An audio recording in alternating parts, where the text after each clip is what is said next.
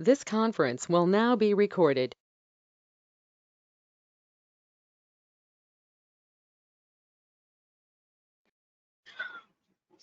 Well, since I hope everyone is here and we have a lot to cover, we really should begin today's webinar. I really appreciate you all for attending today's virtual conference. A very good morning, good afternoon, or good evening to one and all present here virtually with me today. Let me introduce myself. My name is Clara McBroom, Conference Secretary at Coalesce Research Group LLC, and I will be available for any of your queries or questions throughout the webinar to help you out technically and will organize the webinar successfully. For the next 5 minutes, please give me a brief allow me to give a brief description about our organization, Coalesce Research Group, and also the further instructions. Coalesce Research Group LLC is very delighted to welcome you all the speakers, supporting associations, students, and delegates present here virtually with me today. With the aim mark the scientific excellence by felicitation, conversation, sharing knowledge, Coalesce Research Group follows through the object of setting standards in delivering excellence in the research among the researchers and industries. Communicating the research through conducting events and online webinars from various fields of science, especially from the stream of medicine, science, engineering, and technology with a short duration, we have succeeded in creating a platform for developing strong professional network with the people across the world from their respective fields that they haven't connected in a while. As a global scientific event organizer and plan carry out international conference meeting seminars and symposium and workshop providing the best delegate experience, excellent networking opportunity, conversation leading to innovations, learning new opportunity, lasting working relationship, and professionalization with the professionals around the globe network. Just recently, we have also started our own platform for open access peer review scholarly literature where all the content is freely available without any charge to the reader. We aim to show the new recent advances through scientific publication, which will help in minimizing the borders and contributing the use of research works of eminent authors, scientists, researchers, research scholars, students, etc., across the broad spectrum of medical, clinical, pharma, and engineering scientific disciplines, and its subspecialty to promote the ideas which will guide the development and facilitate the use of scientific information and ensure its quality and also will be connecting link between researcher and scientific community. We are committed in ensuring that our journals are disseminated worldwide so that the researchers are able to access their content wherever and whenever they need it. As being the very new to journals, we have coined up some interesting journals and have also formed the editorial board. And we will be very glad if you have of any of today's attendees, the speakers, students, or delegate could extend your support by checking the journals and will be interested in publishing an inaugural issue at any of the journals according to your area of expertise. We will also send an email with all the details about the journals after the webinar. Do take your time to check the website. Thank you. Finally, I would like to thank the attendees and participants of today's virtual conference, and I hope you enjoy the webinar and gain knowledge from the sessions today. We also hope your participation will be contribute to new research findings and that will lead to new collaborations and research initiatives. Before we start with the session, I guess some of you will be new to GoToMeetings app. Let me just explain the important tools for the presentation. On the GoToMeetings app, let me just on the GoToMeetings app or a web page, you can find the four icons at the bottom: mic, camera, screen, and end button. Mic button, click on that to mute or unmute yourself. I request you all to stay muted while our speakers are presenting their research work so that it doesn't cause any disturbance to them. Camera button, you can use this button to share or unshare the camera. If you have the option to share the camera, you can do it and it is completely your choice. Screen button, you can use this button to share your screen. This is the main part during your presentation. After I call your name from my side, I will be making you the presenter and we will give the permission to share your screen. Then only you're able to share your screen. So once I make you as the presenter, you can click on the screen button and you will find a pop-up window to share your screen. End button, this is the fourth icon where you can use this to leave the session. On top center, you can use the option and change your display settings. At the top right corner, you will have 3 icons: people, chat, and settings. In the chat option, you can chat with me or any other participants. For settings, you can use this button to check for the settings of your speakers or microphone. So as mentioned, kindly remain muted during the presentation so that the presenter does not get disturbed. And for any queries, you can ask the questions or you can send your questions in the message box too. Well, let's not take much of your time. Finally, I would like to request you all to please give us a brief introduction about yourself before starting with the session so that we can know you about virtually. And now let's move into our next session. The first presenter is Dr. Bunsho Otani from the Okada University, Japan. Hello, doctor. Are you ready with the presentation? Yes. Okay, So doctor. Now I'm please, making you as the please presenter. allow me to share the screen. Yes. Yes, doctor. Now I made you as the presenter. You can share your screen now. Okay.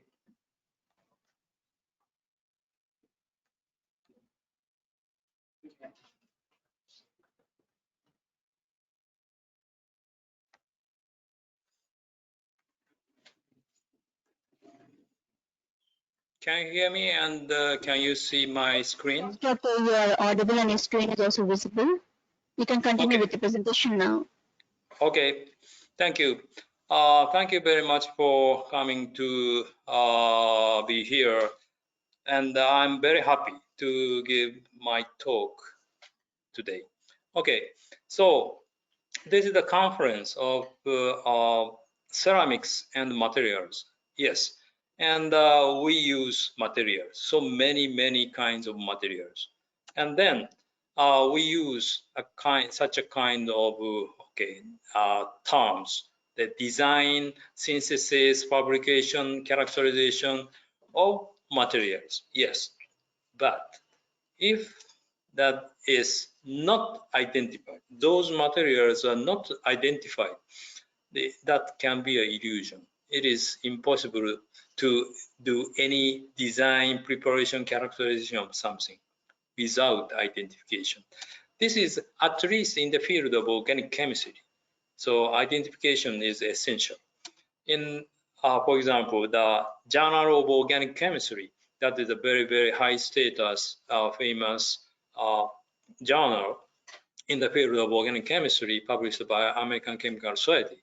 They request the identification of any organic compound. Without identification, any organic compound can be reported as an article, and the minimal requisite for identification is elemental analysis data within 0.3% error. That is very strict, only 0.3% error. And this shows the composition and the purity of such organic compounds. And also NMR, the nuclear magnetic resonance spectrum, is necessary, and that spectrum must be coincide much to that of authentic sample. This is the how to say the limitation of publication in the field of organic chemistry. And this is NMR, and this is something like this. So, for example, we use titanium oxide as a photocatalyst, and such amino acid can be prepared by using this photocatalytic reaction. And the product shows the NMR pattern resonance spectrum as an upper panel, and the lower panel is authentic sample, and showing the completely the same spectrum shows that the product must be proline. And this is a very famous toxin, the name of palytoxin, that is extracted from sea animal. And this is once this is reported in a journal, when that is extracted from sea animal. And then the very famous professor in Tokyo University, Japan, synthesized totally from small molecule to this very large molecule. And that, of course, that is reported as a literature, in a literature. And therefore, at least twice, this compound is identified. And what is the meaning of identification? That is, they put a name of this name to the product. And the important point is this is unique. So this very long official name shows only this structure, no other structure, even if that is a very small change, not. So this is unique. So therefore, in the field of organic chemistry, the identification means to put a precise name reflecting the precise structure of those compounds. And for inorganic materials, in the field of ceramics or materials, for example, we put a name for the titanium oxide, titanium. So this is just a name. And however, this only shows the composition, TiO2. That's all, no other meaning. And sometimes we use the name of crystalline, anatase rutile graphite. For silica, alumina, or the other compounds, there is a lot of the crystalline structures, and we put the name of crystalline structure. And however, we know even if the same crystalline, the product must be different depending on the preparation conditions for post-treatment. Yes, so that means it is impossible to put a name reflecting the precise structure of inorganic material. And this is recommended. No, that means that we cannot put a precise name. Then the IUPAC allows us to do so because they say in the book of nomenclature of inorganic compound, they say for solid, generally speaking, it is very difficult to put the name showing the strict structure of inorganic materials. So therefore, we need not to identify any inorganic solid material. However, that means we have a lot of troubles without identification. So therefore, sometimes we prepare the sample in the same way, under same condition, but the product is a bit different. And we know there must be not identified, not detected difference of structure is there between those similar particles, similar products. That means structure of inorganic solid is indescribable. It is impossible to describe the precise structure of inorganic solid. Why that is very difficult? So one reason is bulk structure.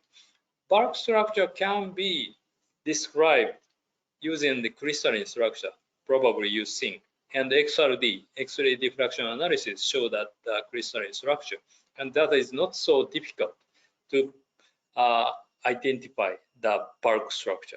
However, in that case, the amorphous phase is neglected. So almost all the cases, the amorphous phase are there. And for amorphous, that is just not crystalline, not precise structure. So therefore, it is rather difficult to determine the strict bulk structure. And of course, for solid materials, it is necessary to determine the surface structure. And as you know, the surface structure is so the various kind of surface structure there, and they have some distributions. So therefore, it is very difficult to describe the surface structure of solid materials. And even if we can determine the bulk and the surface structures, still we need to determine the size. And as you know, the size has some distributions. So therefore, it is a bit difficult, oh no, not a bit, rather difficult to describe the size, even for the size. So therefore, that is very difficult. So then, for inorganic solid compounds, we can determine the crystalline phase, primary particle size, secondary particle size, specific surface area. And those four parameters are probably only possible determination of bulk and the surface structures. And the specific surface area contains the term surface, but this doesn't reflect the surface structure. Just say the size of surface. Even if the surface is a bit modified, the specific surface area is not so changed because the particle size determines the total specific surface area. So therefore, there is no information on the surface structure. And this is a Japanese sweet. And if the inside, the sweet paste, that is a beans paste. Beans paste is the same. The covering is not so important. Only we can say the bulk structure, the inside only for solid inorganic compounds. Probably you know him, really. And he is in front of you now. And do you think these two guys are identical? Then probably you say these two guys are not identical, they're different. Yes. However, I think that those two guys are identical because the thin hair, wireframe glasses, and the gray bearded mustache and ring on left third finger, and black turtlenecks, etc., and handsome. So 6 parameters are same. So you should believe those two guys are identical, but still you don't believe that. But if you can see the fingerprint of those two guys, you should believe, if the fingerprints are same, you should believe those two guys are identical. And you can say they are different, seeing the different fingerprint. So therefore, without getting any other information, the fingerprint can be used for identification. When I was a graduate student, every chemical laboratory has infrared absorption spectrometer, IR, not limited to organic chemistry laboratory. So inorganic or any other chemical laboratory has infrared spectrometer. And one region is called the fingerprint region, from 600 to 1300 wave number region. That is called the fingerprint. At that time, when I was a graduate student, not all the peaks are assigned. But if those regions, the spectrum, IR spectrum is the same, that can be used for identification. This is a salicylic acid infrared spectrum. And if the product shows the same patterns in this fingerprint region, it is possible to say the product must be salicylic acid. So the important point is for taking the fingerprint, it is necessary to have some surface macroscopic analysis data. So for the surface, the analytical method is only limited to microscopic one. So the TM, SEM, AFM, LED shows the very, very precise structure that is even in the atomic scale, the surface structure can be determined, but that is microscopic. No guarantee for the other part of surface shows the same structure. And the important point is we don't have almost no macroscopic surface analytical method. And those 3 ones are macroscopic surface analysis, but the target material is limited, not comprehensive. So then, if we obtain the fingerprint of those inorganic solid compounds, it is possible to identify without using those other conventional analytical data. And then now, we propose that the ERDT-CBP pattern can be used as a fingerprint for identification of inorganic solid compounds. And without using those conventional analytical data, it might be possible to identify inorganic solid compounds. And what is ERDT? That is energy reserved distribution of electron traps. And CBP is a conduction band bottom position.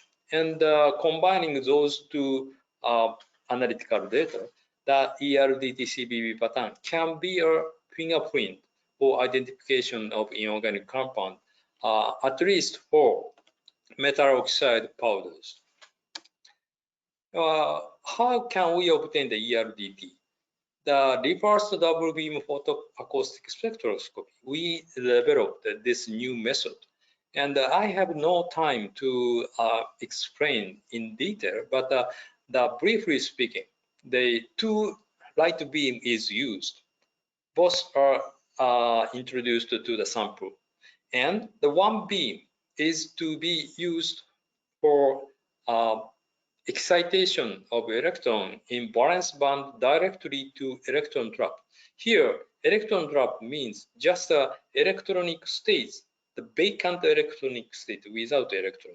And therefore, it is possible to excite valence band electron directly into electron traps. And once electron trap is filled with electron, the new absorption appears. For example, titanium or tungsten oxide, if that is reduced, the color appears, blue color or gray color appears. And such a newly appeared photoabsorption is detected by another light beam using the photoacoustic method. So this is a real setup, and the two beams are combined into one and they introduced to the sample cell. And the sample can be powder, thin film, or bulk material. And for powder sample, the holder is similar to that of the XRD, X-ray diffraction analysis. And on the left top panel is the scanning of excitation electron from excitation light from longer wavelength side to shorter wavelength side. And this scanning gives the photo excitation of electron in valence band into electron trap from lower energy level to higher energy level. So this is the accumulation of electron in electron traps from lower energy side to higher energy side. So therefore, this is the accumulation. So then this is differentiated to be like this. And this is the energy reserved distribution of electron trap in not absolute value, but this is changed to absolute value by comparing with the another chemical titration method. And using the same setup, but only by using one single beam, it is possible to obtain the photoabsorption spectrum like pattern. This is called PA spectrum. And from the photoabsorption edge wavelengths, it is possible to calculate the band gap. And the electron trap distribution pattern is shown in difference to the valence band top portion because the electron is excited from valence band. So then, by using band gap, it is possible to show the conduction band bottom portion as in difference to valence band top portion. So therefore, as in the right panel, the ERDT, energy reserved distribution of electron traps, and CBB as a line can be obtained as commonly in difference to valence band top portion. And this is the one of the commercial titanium oxide sample, and 52 square meter per gram specific surface area, and annotates with small amount of router by using the other conventional analytical method. But without using those data, 152 is the total density, the integration of this ERDT pattern. And by using this ERDT CBB pattern only, it is possible to identify. This is the representative titanium oxide sample. A annotates R router and B brookite. And you can see the ERDT, CBB, and TD, three parameters are different depending on the bulk crystalline structure. But the important point is even amorphous titanium, that previously we can obtain this, this is available commercially in Japan. That is totally amorphous. No XRD peak, but the composition is TiO2. And this shows the similar ERDT pattern and a bit higher energy side shifted, but this is similar. So that means even if the bulk structure is so amorphous, the similar ERDT CPB pattern is obtained. And the other important point is if the total density of electron traps are plotted against the specific surface area, the not clear linear relation, but the tendency is clear. With increasing specific surface area, the total density is increased. And this says what we measured as electron trap is the located on the surface. Only the electron trap located on the surface are measured. And that also tells that such an electron trap is not a kind of point defect. That might be located with a density similar to the how to say for titanium samples, and that is about 1 electron trap per square nanometer.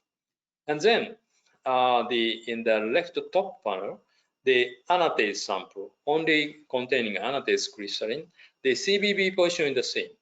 For the right bottom one, the only rutile case, the CBB position is the same. That means CBB position reflects the bulk structure, crystalline structure. And for the left top panel, TiO1 and TiO13 has almost a similar specific surface area, but the pattern is different.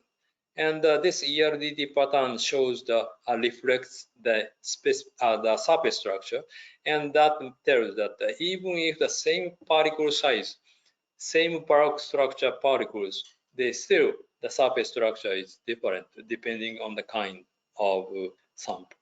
And this is only the part of commercial titanium oxide sample results. And you can see this is completely different depending on the kind of titanium oxide. And therefore, it is possible to say the ERDT CBB pattern can be used as the fingerprint of metal oxide powders, at least for metal oxide powders. And as I told you before, the minimum requisite for identification is bulk structure, bulk or surface size, and surface structure. And ERDT reflects the surface structure, CBB reflects the bulk structure, and the TD, total density, reflects the bulk or surface structure, surface size. And therefore, the ERDT CBB pattern contains all the required parameters for identification. And this is the commercial titanium sample, especially in European countries, they use this active series titanium samples. And there are several types of product, and different specific surface area are provided. And we believe that they are only different in particle size or specific surface area, but this difference, a small difference of ERDT pattern tells that not only the size of particles, the surface structure must be a bit different. This is the thin film of titanium oxide, and depending on the preparation conditions, clearly they are different. And in this case, the thin titanium oxide or thin metal oxide film, the possible method for analysis is the photoabsorption spectrum only. But this technique shows that clearly the difference are there for those samples. And for anodic titanium nanotube, that is prepared by anodization of metallic titanium plate. And such a anodic treatment gives the nanotubes on the surface. And only the possible analytical method is SEM. scanning electron microscopy, and only we can see the size. And those are almost amorphous, so no XRD peak obtained. So therefore, nothing, almost nothing is obtained for chemical property of those samples. But for the rather thicker samples, it is possible to obtain ERDT pattern, and they are different, clearly different, depending on the preparation conditions. And at present, we cannot determine the precise structure of those ones, but the three lines, the 3.6 electron volt is correspond to the amorphous titanium, and 3.3 that is amorphous in contact with anatase, and the 3.1 this position tells the anatase crystal, and depending on the conditions of preparation, those surface structure is different. And for the other kind of metal oxide, so of course we can obtain the similar ERDT-CBB pattern. Yes, that is okay. And but please remind that even if the same metal oxide kind, for example, zinc oxide, the different type of zinc oxide may give the different pattern. Only the CBB position is the same because the bulk structure is the same, but the surface structure is different depending on the kind, depending on the preparation conditions or storage conditions. So therefore, we can see the difference for those metal oxide particles. But at present, this is just a relative value, only corresponding to the amount for titanium. And as I told you, the amorphous sample can be also analyzed. And 6 samples in this gray part, they are completely amorphous, no XRD peaks, but the ERDT-CB patterns are obtained. And the left top and left bottom, that is the different starting material for niobium oxide. And they are different by seeing this structure, but the heating at the higher temperature, the pattern resemble. So that means the starting materials are different, but the product probably niobium oxide, crystalline or amorphous. They are not so different, not depending on the kind of precursor. And the other kind of metal oxide, for example, the insulator material. And for lanthan oxide, that very large band gap is there, but still it is possible to set a good ERDT pattern. And zirconia, silica, aluminum, those metal oxide has a very large band gap, and it is a bit difficult to obtain the ERDT pattern. But if they have the impurities, they show such patterns, and it is possible to see the difference of impurity content for those metal oxide also. And not limited to metal oxide, the inorganic solid semiconductor, the carbon nitride can be analyzed. And this is the results of product carbon nitride prepared using the different kind of precursors containing heteroatoms. And even if the starting material is changed, the product shows the almost the same XRD pattern. So the bulk structure is not so different for those samples, but the surface structure is completely different. And the precursor containing oxygen gives the lower energy side peaks, and the sulfur gives the more positive, smaller, lower energy peaks.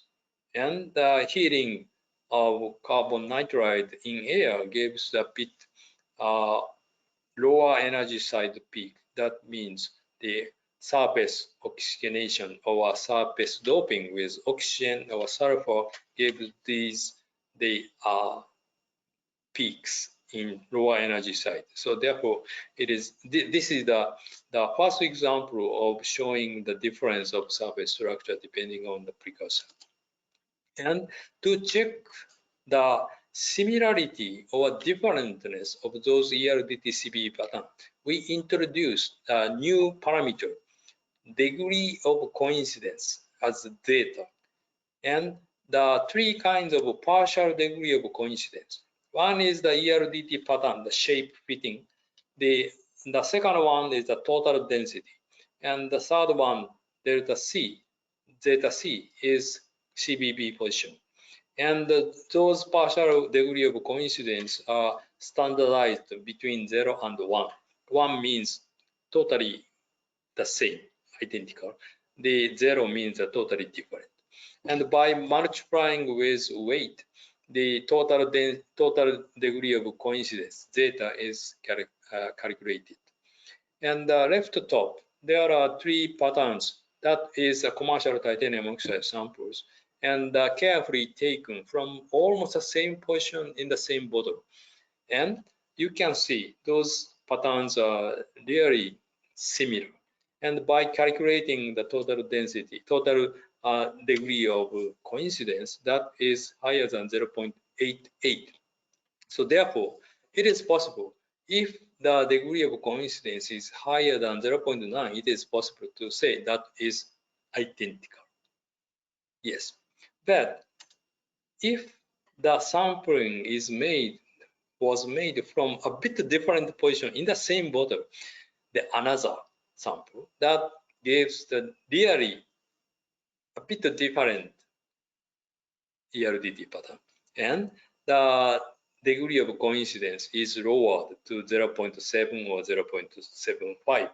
So that means the two things. One is this method is very sensitive to the surface structure, and the second, even if the same code name sample in the same bottle, still there is some heterogeneity.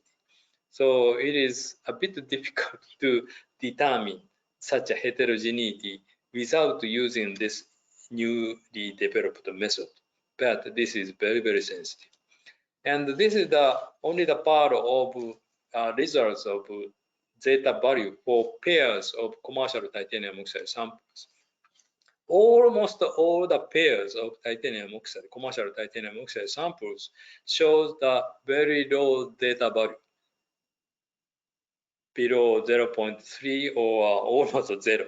Now, that is natural, not surprising, because they are different titanium oxide, probably has different structure. So therefore, that is natural. However, several samples show the degree of coincidence higher than 0.6. This is the top 7 ranking of higher degree of coincidence, zeta. The highest 0.788. The seventh one is 0.615. And the important point is rank 2, TiO4 and P25. Rank 3, TiO8 and ST01. And rank 7, TiO11 and AP6. They are same product. The product is the same, but provided with different name.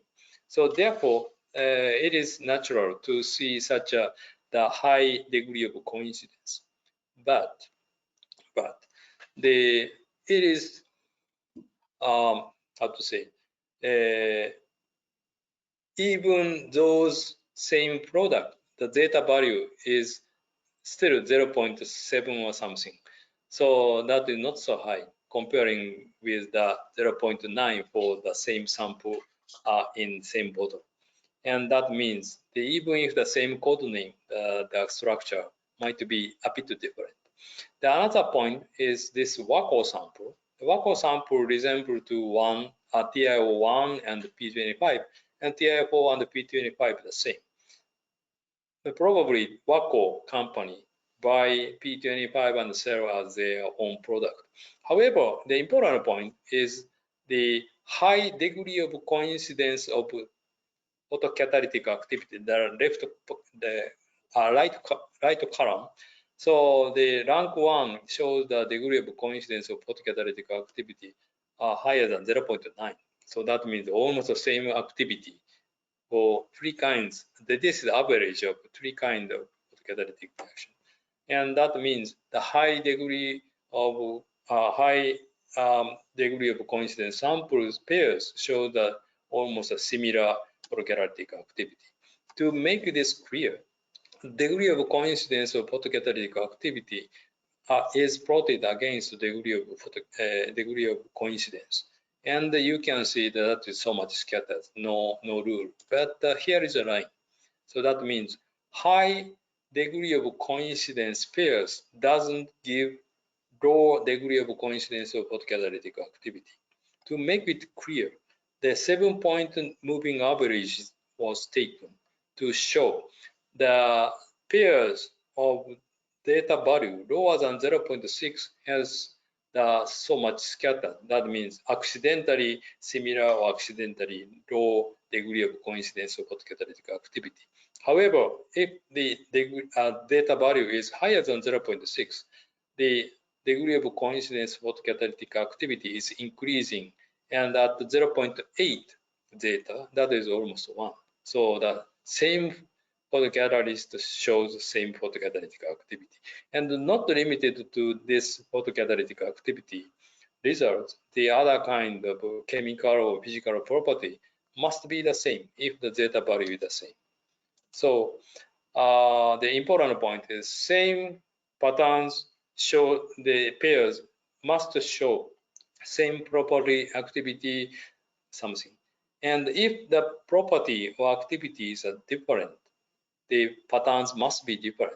Or therefore, when you check the ERDTCB pattern of different property sample, but the conventional analytical method doesn't give any difference. So therefore, it is possible to use this technique to extract the difference of samples for metal oxide. Okay, so I have not so much time.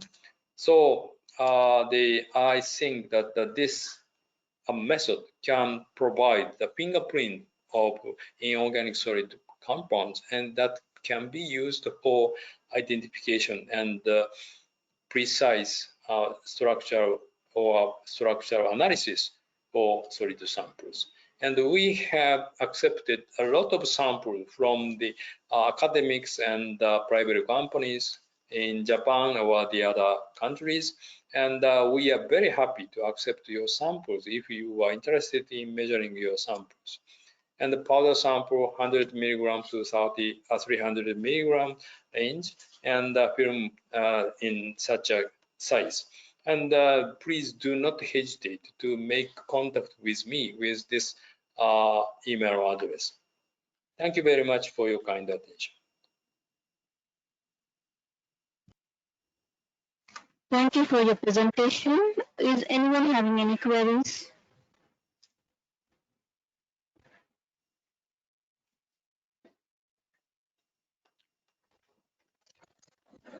You can put your queries in the message box, or you can unmute yourself and ask your queries.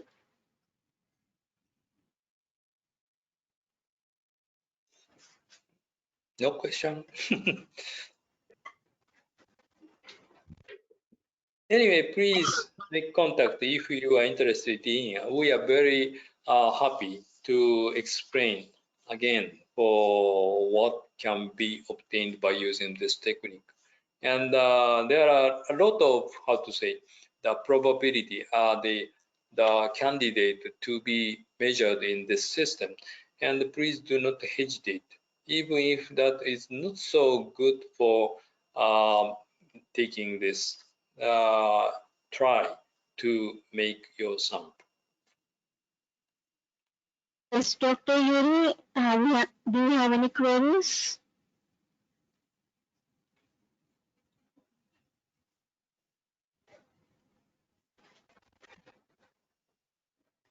I hope there are no queries. Thank you, Dr. Bunshu, for your presentation. Thank you.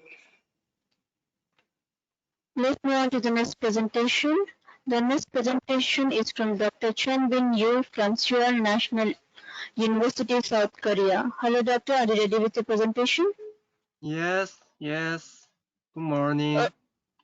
Good morning, doctor. Now I'm making you as a presenter. Kindly click on Yes. screen button to share your screen now. Yes. Okay, I will share. Please, doctor, you are presenter now. Yeah, it is visible. Okay. Please make it as a full screen. Yeah. What is it? Okay, doctor, you can continue with the presentation now. Is it available? Display. Yeah, it is visible. Yeah, it is full screen in our presentation mode now. Okay. This is where I can move, right?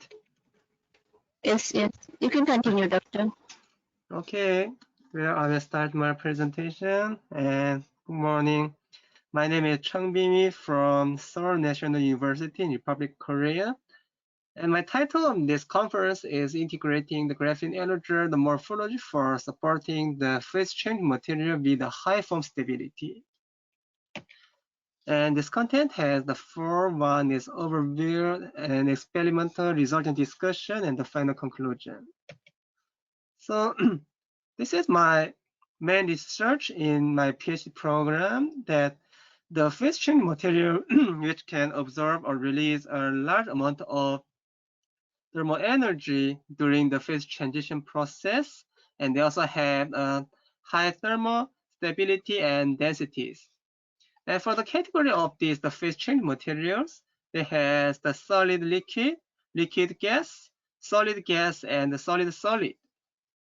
And the most widely utilized the phase change material is the first category, and the solid liquid, especially the organic phase change material such as the paraffin, fatty acids, and like the polyethylene glycols.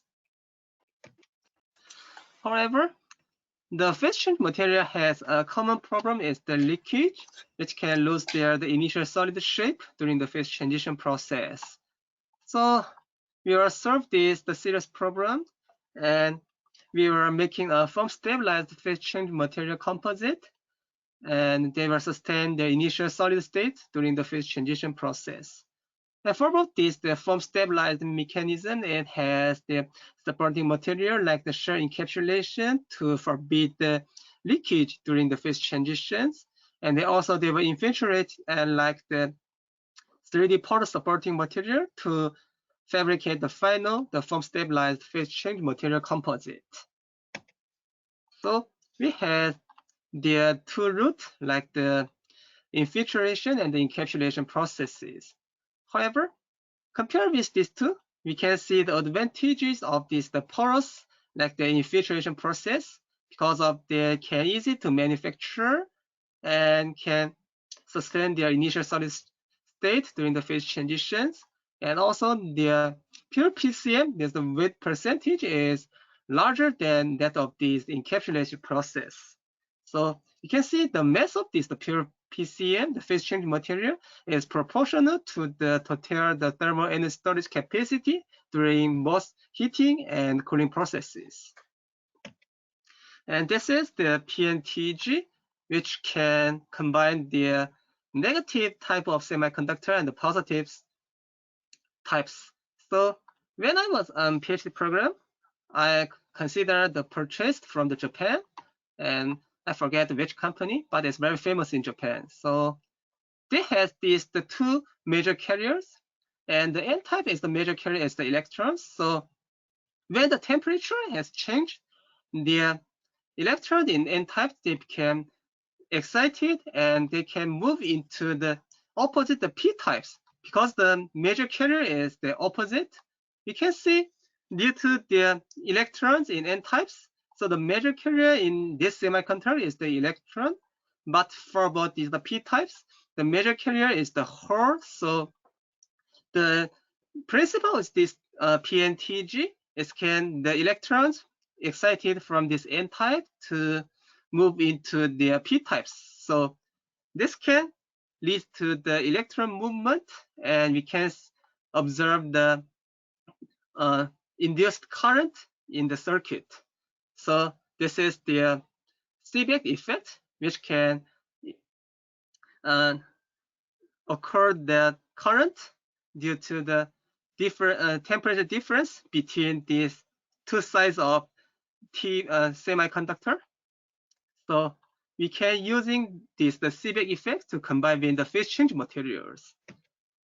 And the novelty of combination between the PCM and the PNTEG. So we're using the two different phase change material composite due to their different melting and cooling processes. Also, they have the different melting points, so we can using the temperature difference between these two processes to observe an induced current. This is the main research in this work. By the way, even the 3D porous supporting material, they manufacture the PCM composite.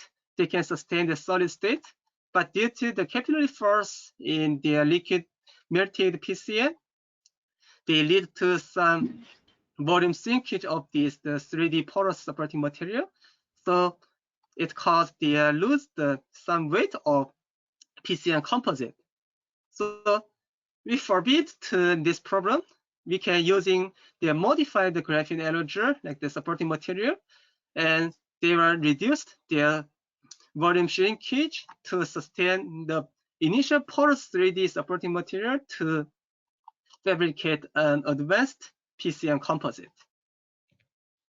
So in this work, we're using the graphene aerogels because of they have the high thermal stability and high porosity and thermal reliabilities. But it can easy to occur in the crack, which can fail to generate the 3D porous structures. So we're using the graphene nanoplatelet GMP filler to mix each other, and finally we can fabricate the graphene oxide and GMP mixed aerogel, and finally we using the hydrogen and reduced treatment to fabricate the final graphene porous aerogels, and the size is like this.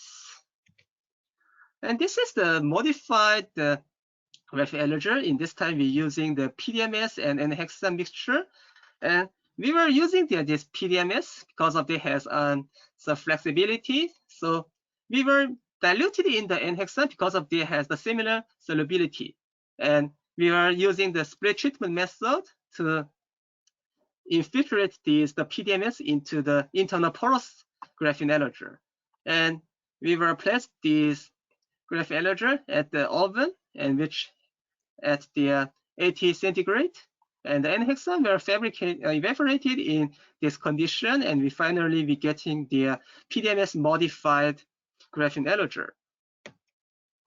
And this we can seek some the references, and this is the cross-linked graphene aerogel, which can also increase the mechanical property and even the flexibilities of the supporting material due to the cross-linked structures. So we also be using the cross-linked graphene aerogel supported PCMs. So we also will increase the oxidation of the graphene oxide. So we're using the oxidation treatment, and we're also using the graphene oxide and the GMP mixture to fabricate the porous graphene oxide and GMP aerogel. And this time we're using the cysteamine, which can take a chemical reactions between these the functional groups of graphene oxide, and we finally be getting the cross-linked graphene aerogel. We call the graphene cysteamine aerogels. And this is the result and discussion.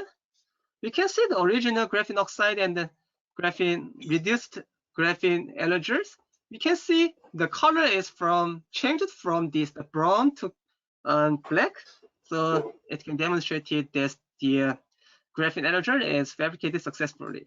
And from this the FTIR graph, we can see the typical functional group.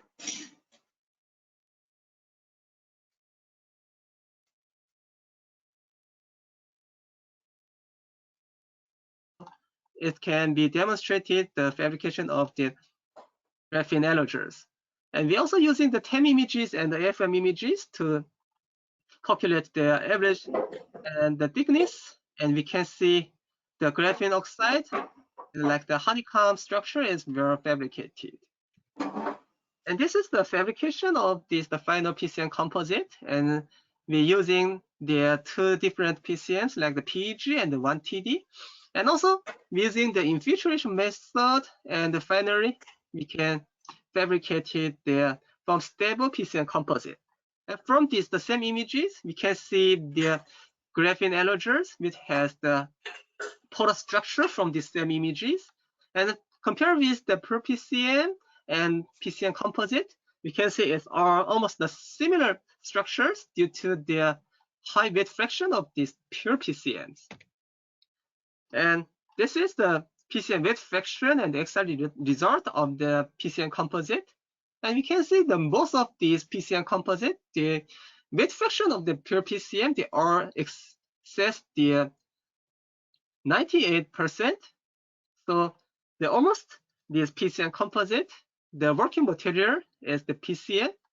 And from this, the XRD result, we can see two different pure PCMs and the PCM composite. They only exhibited the typical sharp peaks of these PCMs. So it demonstrates the no any chemical reactions between the supporting material and the pure PCMs. And this is the foam stable test. We were tested these pure PCMs and the PCM composite by the change of temperatures from the initial 22 centigrade to the final 80s. And we can see the temperature is increased to the 50% centigrade. And because of the low melting point, the 1TD, the pure 1TD is already melted into the liquid state. But the 1TD, the composite, they are sustain their initial shapes without any leakages. And finally, the temperature is arrived at the 80 centigrade. Both of these PEG and 1TD, they were all changed into the liquid state. And these two PCM composites, also they sustain this initial solid state and without any leakages. So we calculate the thermal abilities of these two PCM composites by using this DSC measurement. And we can see this the latent heat compared with these two pure PCM and PCM composite, they're almost the same due to the high weight fraction of the working materials. And we can see this the PCM composite, they can well be utilized as an excellent working material in their energy harvesting applications. And we will calculate the shape recovery test comparing by this original graphene alloger and modified graphene allogers. We were using the external forces to observe these two different graphene allogers. And the original graphene alloger, they are fair to recover, but the PDMS, the modified graphene alloger, they were recovered successfully. So this is some graphs and of this the test. And compare with the original, the graphene alloger supported PCM composite and the modified graphene alloger supported PCM composite, we can see the increase of the final mass is different, especially the PEG, because of it has the high viscosity. So the capillary force of this PEG is higher than the 1TD. So you can see the modified PCM, their final PCM composite is higher than that of 1TDs. And this is also the recovery test of the cross-linked graphene allogers. And you can see they have more excellent mechanical morphologies than these two. And they also sustain the initial porous structures under the compression test. And compare with the XRD result by the PDMS modified graphene alloger supported PCM composite and the cross-linked graphene editor supported PCM composite. And we can see they only exhibit the typical peaks of the pure PCMs, and it's also demonstrated there are no any chemical reactions between the supporting material and pure PCMs. And they are also, we can compare with the PDMS modified and the cross-linked graphene allogel supported PCM composite, almost the same, but maybe the cross-linked graphene allogel, the mechanical property and even the flexibility is higher than that of the PDMS modified graphene allogel. So it has only some of the difference between these two different PCM composites. And we can see the stress strain curves. We can see the cross-linked graphene allogel, they has the highest mechanical properties than compared with these two. So we were tested at the 80 centigrade, which the pure these PCMs has melted at this temperature, but the PCM composite, they were sustained this solid state at this condition, and we using the external forces under this condition temperature, and we can see the original, the allogel supported PCM composite, and the PDMS modified graphene allogel supported PCM composite, they all has the leakage problems due to the external forces, but the cross-linked graphene allogel supported PCM composite, they also take sustained without any leakages. So it has the highest mechanical properties. And this is the compare of the Seebeck effect, thermoelectric energy harvesting, the current peaks. And we can see because of the increase of the mass of pure PCMs, the efficiencies of the modified PCM composite, they lead the higher result of output current. And this one in cross-linked graphene allogel supported PCM composite, we're using the sunlight condition in these three different light intensities. And you can see in this time is the 15 intensities has the optimum thermoelectric conditions in both heating and cooling processes. And compared with the harvesting efficiencies, this graph, you can see the PDMS modified graphene allogel supported PCM composite, they exhibited higher result of these harvesting efficiencies than that of the originals. And this is the sunlight conditions, the efficiencies of this PCM composite, and they also we obtained the appropriate result of these harvesting efficiencies. So the conclusion, and these graphene allogels can hold a large amount of pure PCMs to their internal space, and both their PDMS modified graphene allogels and the cross-linked graphene allogels can reduce their volume shrinkage during the infiltration process.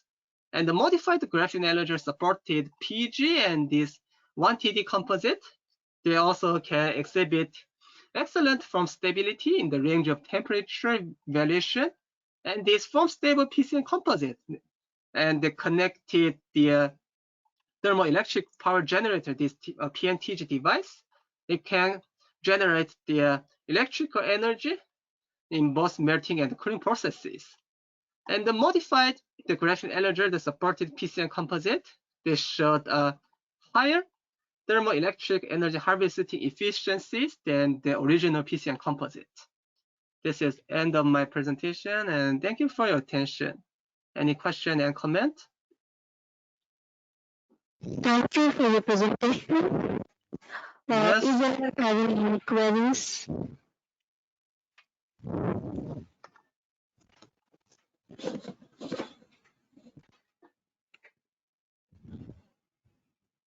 If you have any queries, you can unmute yourself and ask.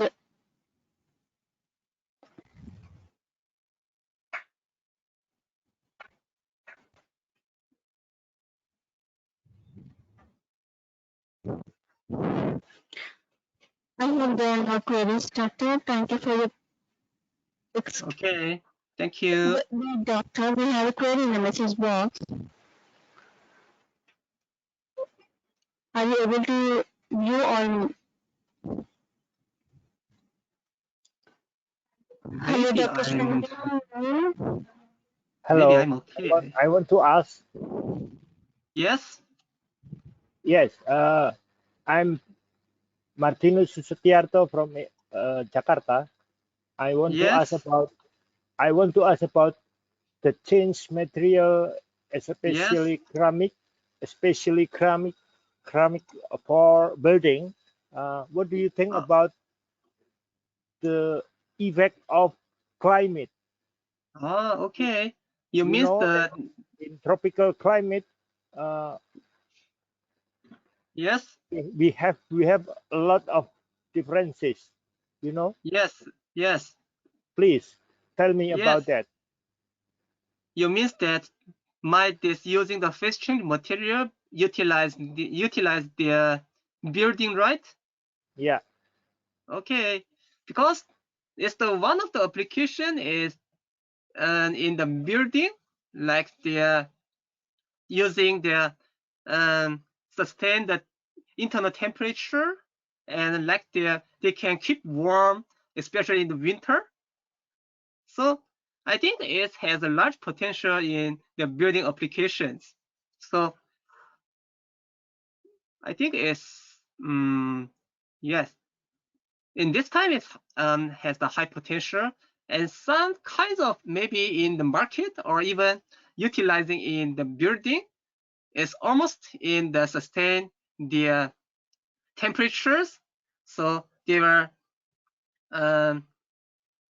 decrease the temperature difference between the internal and the outside. I think this is the most commonly utilizing the phase change material in this time, I think. Okay. Thank you. Yeah. Thank you for answering the query, doctor. Is anyone having any more queries?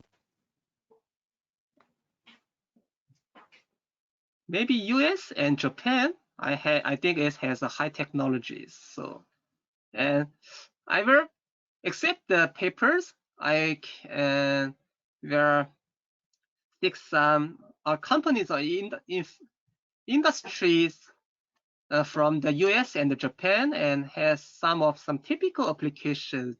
I find it. So for the academics, maybe they have some various applications like the energy harvesting by using the phase change material. But this is maybe even this time the problem is the low efficiencies.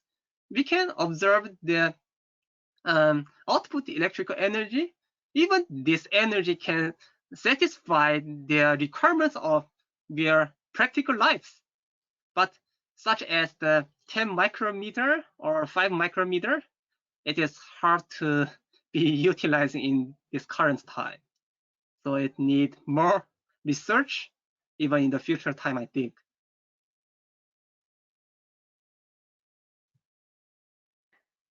Thank you, doctor. If we receive any queries, we will reach you through mail. Now let's move on to the next presentation. The next presentation is from Dr. Martinus B.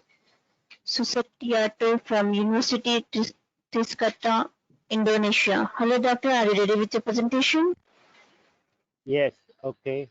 I will share. As Dr. Now I'm ready as the presenter. You can share your screen. Kindly click on the screen button on your GoToMeetings app. Yeah. I Yeah, tried your it. screen is visible now.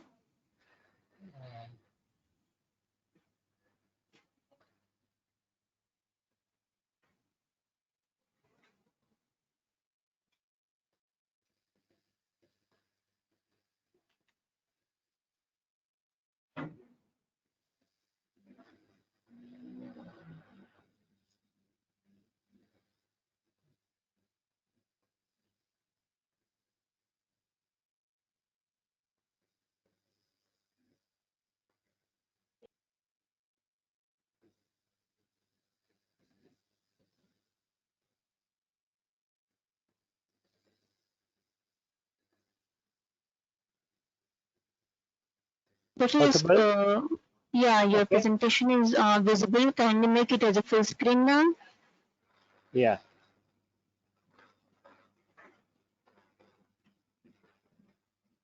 Okay. Correct. Yeah, it's clear now. You can continue with the presentation. Kindly give your brief introduction before starting your presentation. Okay. Thank you. Thank you, Doctor. Good afternoon. In Indonesia, good evening now. Introduce me. I'm Bambang Susatyarto Martinus from Trisakti University, and also actually I also be an architect professional. Now I want to present about the ceramics and conservation of heritage building in my project, some project. Okay. Actually, in my effort to preserve historical value of your heritage building and to maintain this architectural characteristic, architect and other conservationists generally want to be authentic and be clear about the history of the building. The objective to this research enhance the ceramic material elements where will needed in the heritage conservation, including in Indonesia. That's why I asked about the ceramic relevant with the climate. My method is use the method from Aachen and modified that first I analyze some ceramic in some European country in the building, of course, in the conservation building, in the heritage building, then in my country. Why? Because some of building in my country, some of ceramic in my country relate to the building from European. Uh, as as we know that we are colonial area in the past, then some of ceramics also come from Netherlands and some uh, from England and so on. So we really should know about the history of the ceramic come from and the history of the building in Indonesia. The result of the research was that the use of ceramic as an architectural building material produce a sense of authenticity that has architectural value in its heyday and nowadays. Conclusion, the ceramic craft industry is needed to restore architectural heritage value and develop to support architectural industry in the industrial era 4.0. Of course, I really excited, but ceramic has been integrated into the built environment, like in Capela das Almas, Portugal. Actually, when I saw that the ceramic with the huge model and of course with the different climate with my country, I wonder about the because the ceramic is still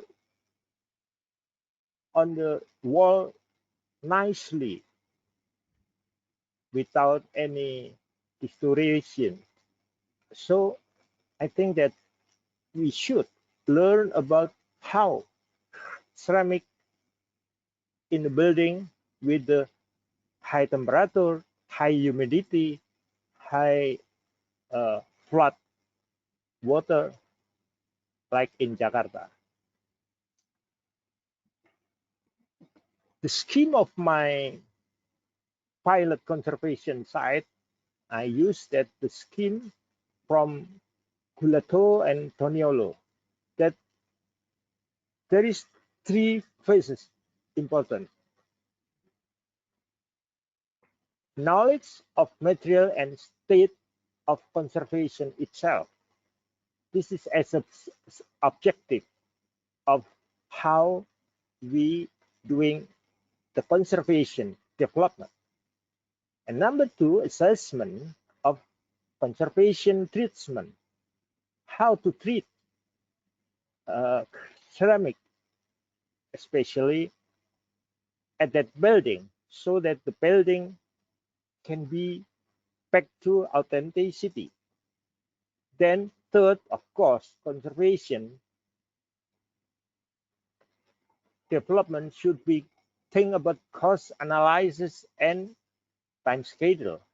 Otherwise, stakeholder forgot about the time schedule because they enjoy with the building, they enjoy with the authenticity, with the beautiful.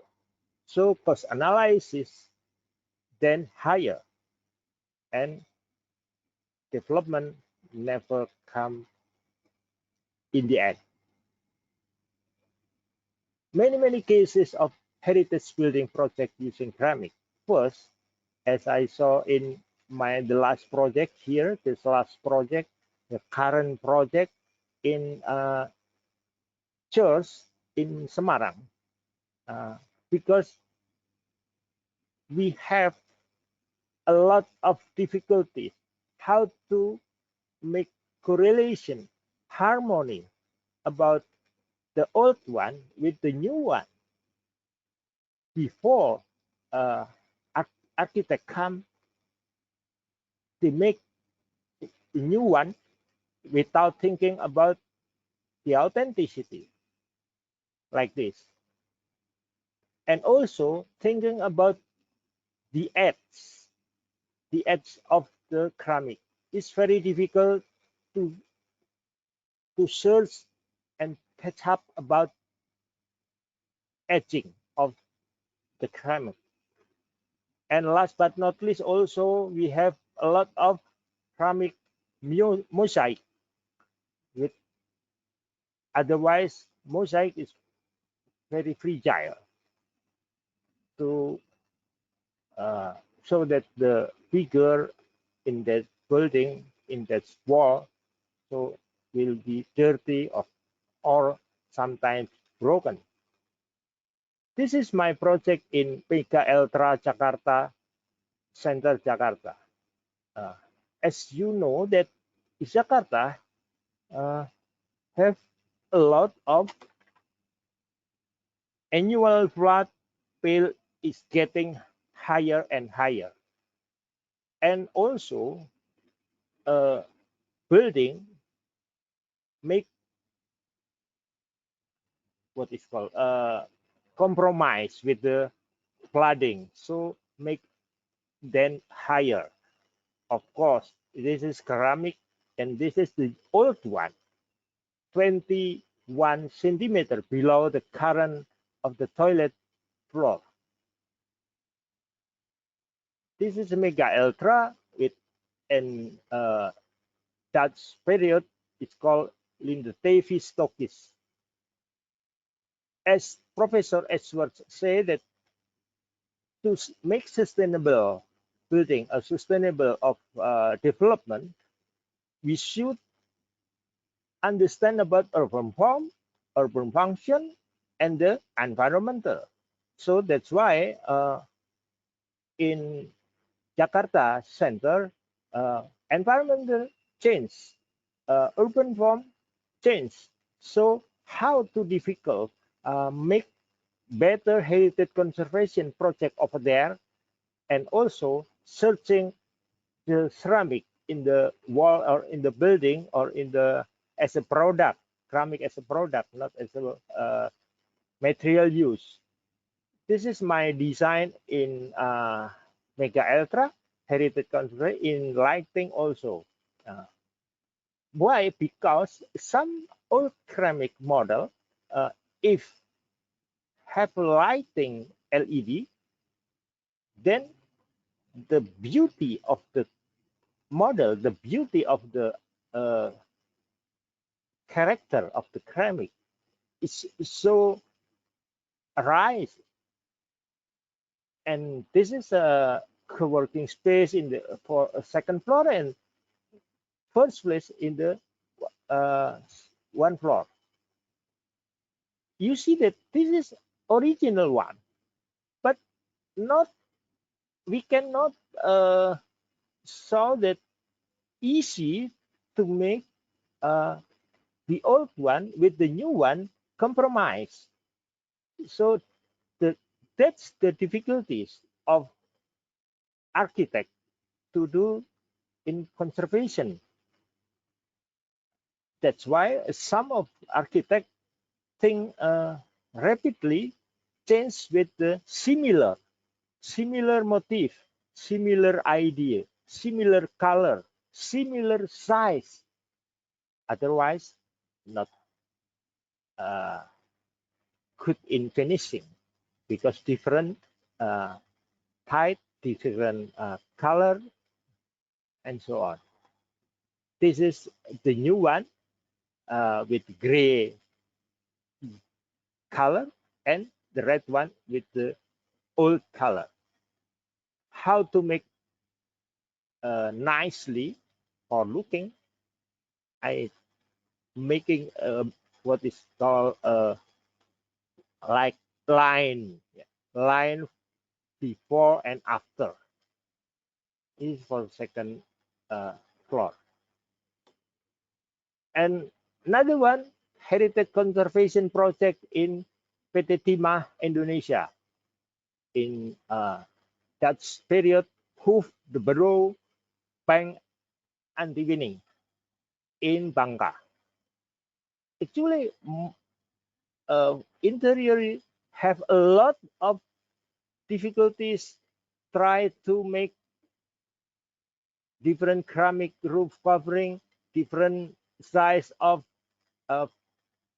ceramic flooring, walling, and so on. So this kind of problem in Museum PT Timah, Indonesia. Now that's project finished, and some of ceramic for floor, I make a new one because it's very difficult to catch up, to make better, to make similarize harmony with the color, with the model, with the size. And again, heritage conservation project in the Japanese Bank or Museum Bank Indonesia in Muaro Padang, West Sumatra. We also talking about the stone, the ceramic, and also the this about the flooring. We have some of ceramic left. Then people can use it, and this is because the building manager didn't know about how to maintain, then they just put another one. And how to serve or to maintain the ceramic in the floor is difficult story. It's difficult story because architect only use the material without the chemical, because we have a regulation about the green building, including in the conservation development. And the big one in the picture, how to pedestal of column using the ceramic in only in the pedestal. So the carpenter or the labor have to make rise the old one, be try to search authenticity. Yes, this is a ceramic relief in the wall, and somebody surfacing the ceramic relief to be more clear, more rise with the color, with the different, with the authenticity, with the, as I call, sepia color. I said, if you see that this is sepia color, come, then the job is finished, because it means that the ceramic relief better. And last but not least is my current project in Semarang, Sacred Heart of Jesus Church in Semarang, now under survey, under research now, because yeah, this is my student research about how to develop, how to provide ceramic with the authenticity, try to search, try to at least have a design of the ceramic, and then making the new one. In my city also have this custom ceramic. The problem is finishing and maintaining ceramic tile for the church without enough money. That will be big problem for the church. The conclusion is the development of architecture heritage conservation to be supported by appropriate research method and scheme of pilot conservation site, basis, objective, and result to manage a valuable conservation project. That's why I said that the research, appropriate research for conservation development and using the material for conservation development is very important. Second, there are important issues that must be considered stakeholder in the scheme of pilot conservation site. First, assessment of conservation treatment in the many phases, in the many passes, because we don't know where we can get the material use and how much money should be buy about it or provide about it. Then in the objective column, especially knowledge of architectural heritage conservation material and state of conservation. Because if you state that the conservation must be back to the authenticity, it's very difficult. Maybe the conservation project take a long time. But if the owner state that the conservation project only make better, can use with the new function, that's the heritage conservation more easier. And how about the material use? The material use including ceramic tiles, ceramic roof covering, ceramic sanitary ware, ceramic accessory product, and craftsmanship as a product, and in the result,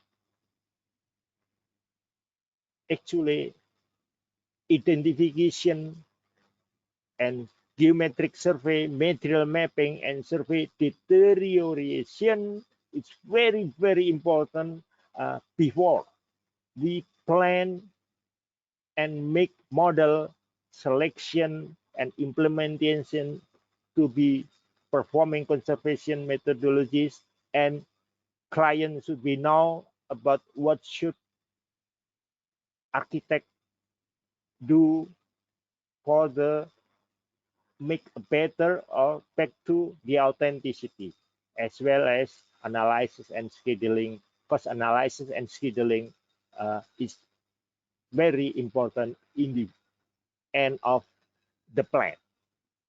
I think this is my presentation. Sorry, because I'm architect, I'm presentation about material use, especially ceramic in conservation development. Thank you.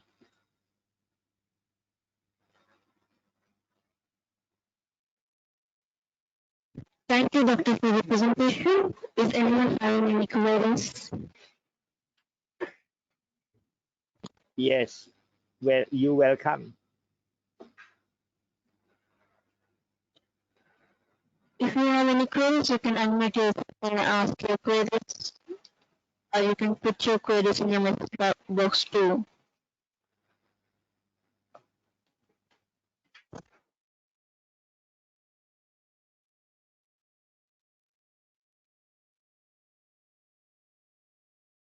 I hope there are no queries, Doctor. Thank you for your presentation, Dr. Martinez. Now let's move on to the next presentation. The next presentation is from Dr. Nicholas Lopez Pabor from Khalifa University, UAE. Hello, Dr. Nicholas. Are you ready with the presentation?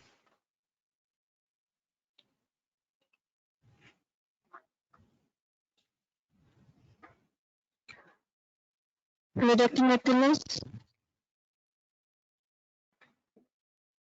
Your voice is not audible.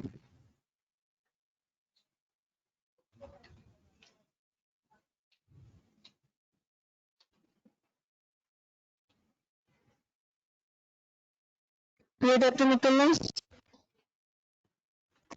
Can you please check your mic once?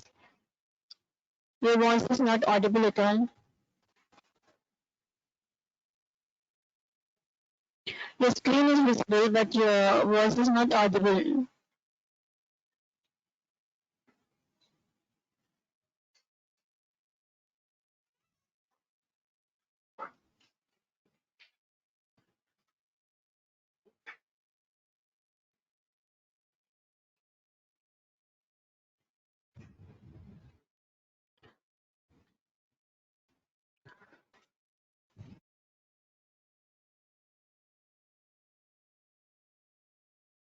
Hello, Dr. Nicholas. Are you there? Can you please mention your issue in the chat box? And yeah, now you are audible. Okay.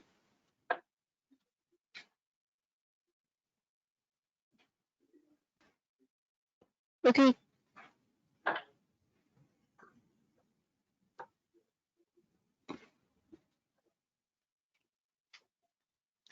You can continue with the presentation, Doctor.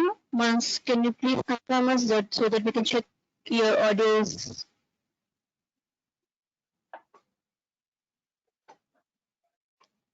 Once, start the presentation so that we can confirm your audio and video.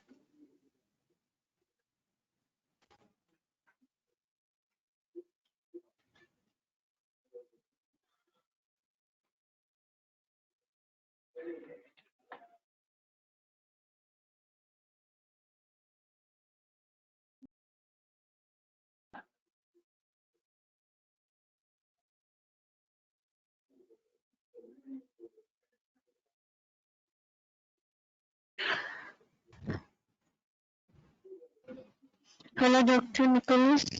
Are you there? We are unable to hear you.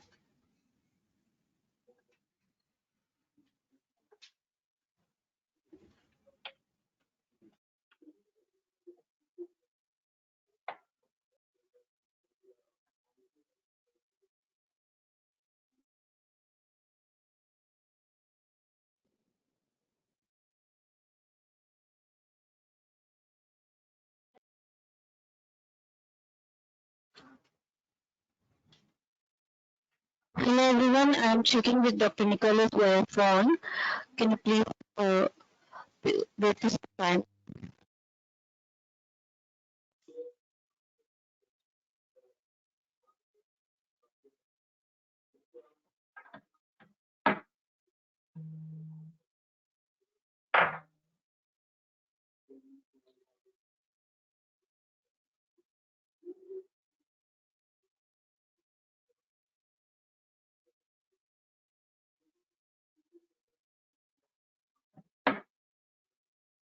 Hello, can someone hear me?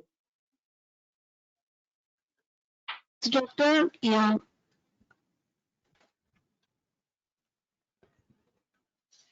Hello, doctor. Hello, Dr. Nicholas.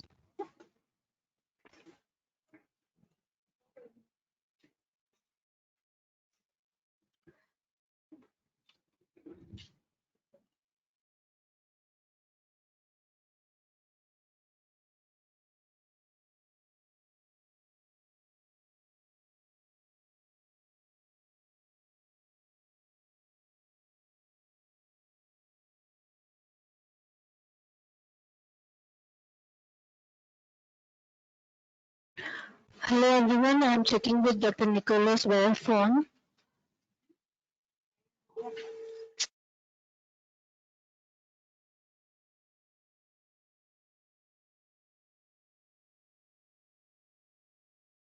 We will wait for some time, or yeah, Dr. Nicholas has had arrived.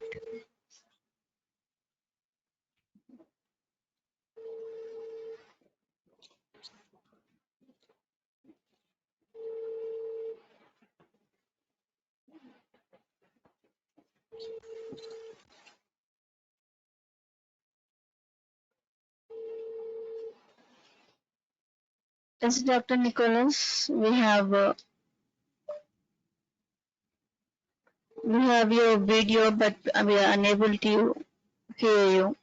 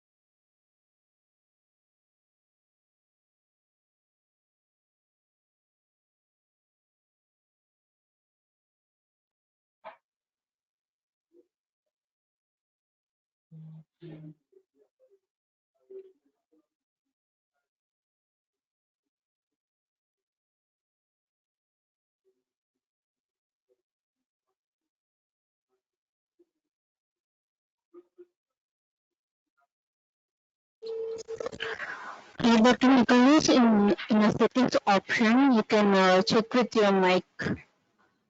Select your mic.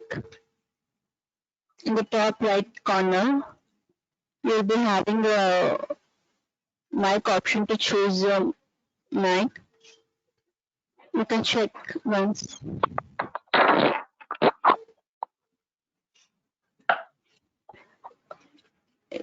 Your audio is audible, but we are unable to hear your voice. The surroundings is visible, doctor.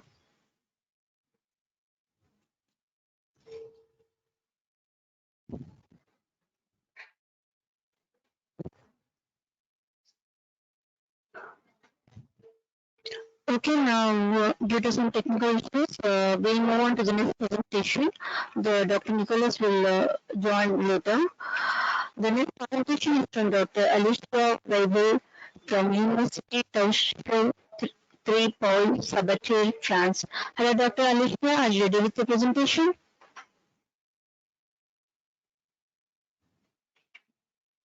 Yeah, yes, I am. Okay, Doctor, now I'm making you as a presenter. Kindly click on the screen button to share your screen.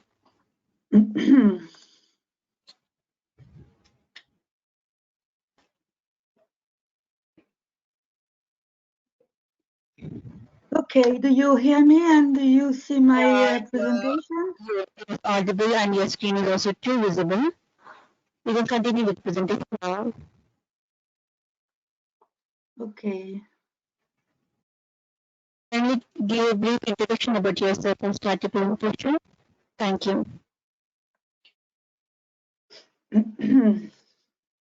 I just try to remove some things.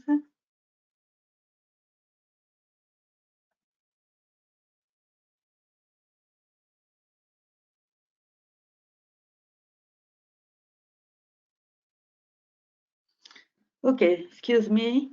I try to remove the windows from the GoToMeeting, but I don't see. So first of all, thank you for giving me the opportunity to present my work today concerning the one-step synthesis of graphene ceramic powders for composites with improved properties. So why it is interesting to investigate graphene ceramic composite? First of all, as you know, ceramics present interesting properties. They are lightweight, stable, but insulating. Concerning the mechanical properties, they are hard, but brittle, which is the main drawback for their use in many applications. So several reinforcements were investigated, such as metal microparticles, nanoparticles, and more recently nanocarbons, firstly carbon nanotubes, and now graphene. So with this reinforcement, we can expect an increase of both mechanical, tribological, electrical, and thermal properties. And the main matrices that were used are alumina, silicon carbide, and nitride. So I will illustrate by few notable works the increase of the properties. By starting with the electrical properties, we can observe a large increase of conductivity for insulating matrices like silicon nitride in this example, with a percolation threshold which is between 7 to 9 volume percent. Concerning the mechanical, still the electrical properties, the same value of percolation threshold was reported for graphene alumina, and it was linked to the percolation threshold for geometrical randomly distributed ellipsoid with 1/10 aspect ratio. Lower percolation threshold of 3 to 4 volume percent was reported for thinner flakes with a higher aspect ratio. Compared to carbon nanotubes, we have to say that the percolation thresholds obtained with graphene up to now are quite higher because of the lower aspect ratio. Graphene can also increase the mechanical properties, such as fracture strength. We generally observe an increase of fracture strength of up to about 5 to 7 volume percent.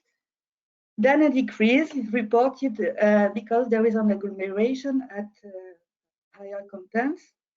And these agglomerates act as large flow and defects that are weakening the composites. Concerning the fracture toughness, we can observe also an increase for a few volume percent of graphene oxide. And this can be attributed to a better dispersion of graphene oxide and to a more adapted interface thanks to its functionalization. Actually, the interface is more suitable for charge transfer and pull-out, which are the main mechanisms for reinforcement. However, one should be aware that the fracture toughness can be overestimated, especially when using indentation techniques. A variety of other techniques can be used as a single-edge notch beam. That is the one we use for our study. So it is very difficult to compare results concerning toughness depending on the technique which is used. As we can observe on these pictures, the main mechanism for toughening reported are crack deflection, branching, bridging, and the graphene pull-out, which are similar to those reported for carbon nanotubes. So the most challenging step they benefit of is the preparation of the composite powder. Graphene has to be well dispersed and undamaged in the powder and must be preserved in the composite, which is densified. So the first step is to synthesize graphene. There are several graphene production methods based on exfoliation. The first one is the chemical exfoliation of graphite, which is known as the Hammer's method, which produces graphene oxide after strong oxidation. And then an exfoliation is performed and a reduction is performed in the end to obtain reduced graphene oxide. There are, however, drawbacks for this method, such as an altered structural quality with the presence of residual oxygens and holes in the wall, in the layers, and low yield for this technique. The second possibility is to perform a mechanical exfoliation of graphite using either ball milling or sonication. And the yields are higher than for chemical exfoliation, but graphene is still quite effective with this method. Weekend collaborators established a classification of graphene based upon three criteria. So we have the number of layers, the carbon over oxygen ratio, and the average lateral dimension. And depending on these characteristics, we have graphite microplates, graphite nanoplatelets, graphene nanosheet, and so on. In the literature, we distinguish mainly bilayer graphene, few layer graphene with 2 to 10 layers, and thicker stacks up to 100 nanometers in thickness that are called generally graphene nanosheets or graphene nanoplatelets. The main route for the composite powder preparation is the mixing route. So you have a powder suspension on one side, a graphene suspension in the other side. Then you mix the two in water or organic medium. And to prevent agglomeration and segregation, the dispersion medium is usually removed by spray drying or freeze drying. The main advantages of this technique is the low technology and low cost that are involved. And the main drawbacks are the spatial distribution of graphene, which is not optimal. And also the fact that the graphene can be damaged and many steps involved in the process. So I think someone is speaking.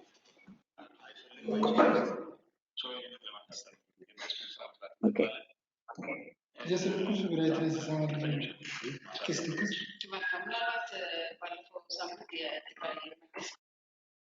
Okay, thank you.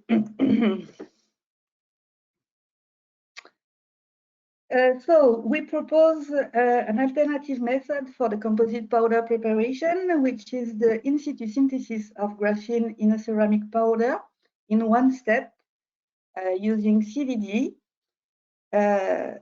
And in our case, we use methane as the carbon source. The methane content in the gaseous mixture allows to control the carbon content in the final composite powder.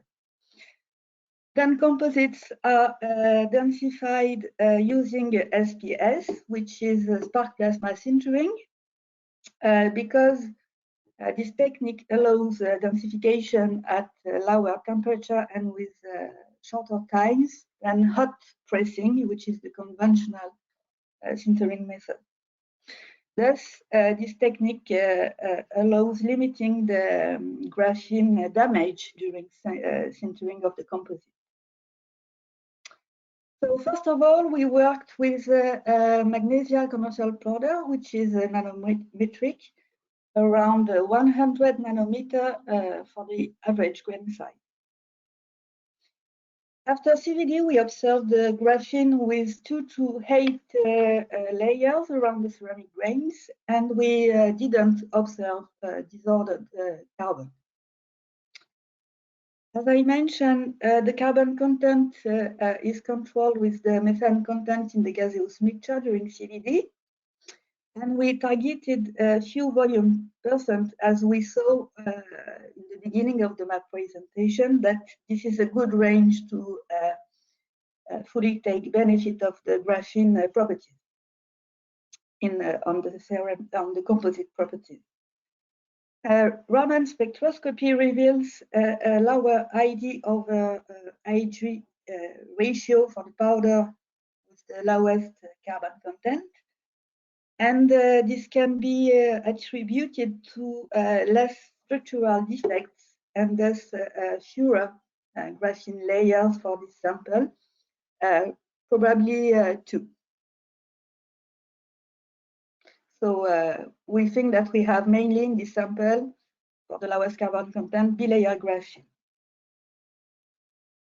Composites of various carbon contents were successfully densified up to 99% by SPS.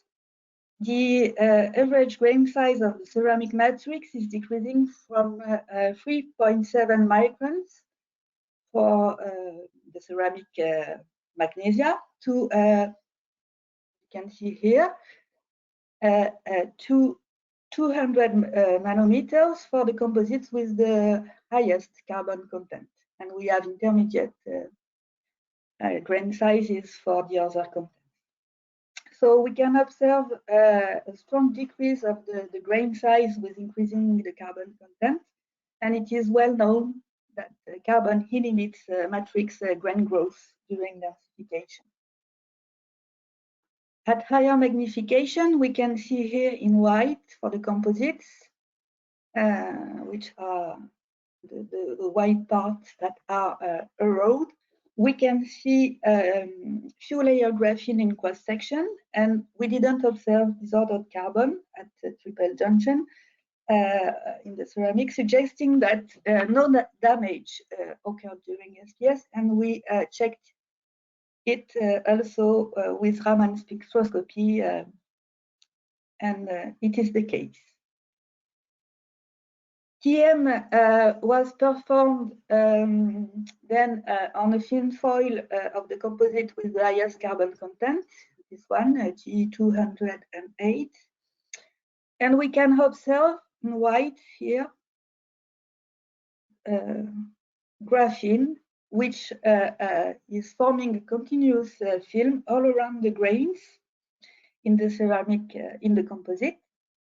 And it reveals a really good dispersion of graphene, which is, as I mentioned, not the case for mixing method, usually mainly used in the literature to synthesize composite powders. And if we have a look here at the grain boundaries, we see that we have almost twice the number of layers between two grains compared to what we have on each grain. So it is expected. Concerning the properties, we observe an electrical percolation at a threshold which is lower than 0.6 volume percent, which is lower than those reported in the literature, as I showed you at the beginning. And this can be attributed to a very good dispersion of graphene, as I presented just before on the TEM images that we saw is forming a continuous network in the ceramic powder. Concerning the mechanical properties, micro hardness, fracture strength, and fracture toughness, we observe an increase of all the mechanical properties that can be attributed to two factors. The first one is the large decrease or large refinement of the grain size, and the second one is the presence of graphene. So both can be responsible of the increase of the mechanical property. We also observed cracks made with indentation at high load on composite surfaces, and we see that the main mechanism are crack deflection and crack bridging, which are the main mechanisms reported in the literature. We performed also the same work on the commercial submicrometric alumina powder. And we also obtained a few volume percent of carbon in the powders for the almost the same condition for CVD, and also 2 to 8 layers for graphene around each grain. A TEM investigation of the highest content, carbon content composite also reveals that graphene is well dispersed in the composite, as we observed for magnesia. Concerning the properties, first of all, if we have a look to electrical conductivity, we observed an anisotropy of conductivity when measuring the electrical conductivity perpendicular and parallel to the pressing axis during sintering. It is higher, as you see, perpendicularly to the pressing axis than parallel to the pressing axis, probably because of a graphene orientation perpendicularly to the pressing axis during SPS, favoring the transport in this direction. So that's what we can suppose for these differences. And if we have a look at the percolation threshold, as for magnesia, we observe that the percolation threshold is quite low. And if we compare to literature, this is the lowest reported up to now for such composites. Concerning the mechanical properties, the same as previously, micro hardness, fracture strength, and fracture toughness. we observe only a moderate increase of fracture strength and fracture toughness because probably the grain size refinement, as you see here, the grain size for the ceramic and for the composite, the grain size refinement is less marked than for magnesia that I presented before.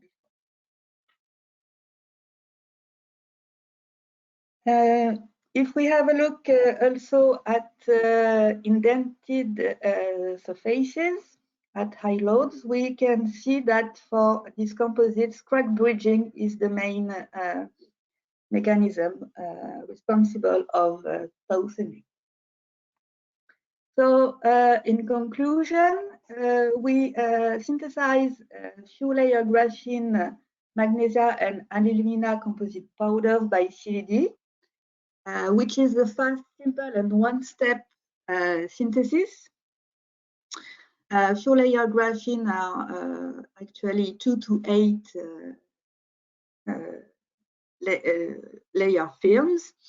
And the very good point is that we have a very homogeneous dispersion and no structural defects compared to the other techniques for the production of composite powder. We successfully densified the composites up to 99% by SPS. And we observe a continuous graphene film along the grain boundaries in the matrix, which are submicrometric. And graphene is not present as discrete particles, as is it the case for conventional mixing route for the powder processing. Finally, concerning the properties, we have a very low percolation threshold. As I mentioned previously, this is the lowest reported up to now in the literature. And concerning the mechanical properties, we have more effect of graphene, direct and mostly indirect via the refinement of the grain size for magnesia than for alumina. So this is the end of my talk, and I thank you for your kind attention.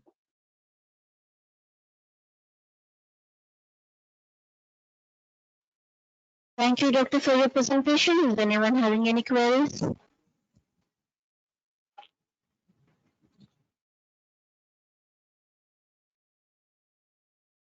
You can unmute yourself and ask your queries.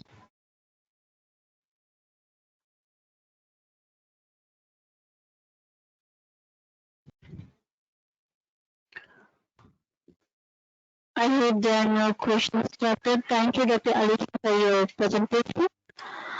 Now let's move on to next presentation. Hello, Dr. Nicholas Lopez. Are you ready with the presentation now? Are you able to hear our voice?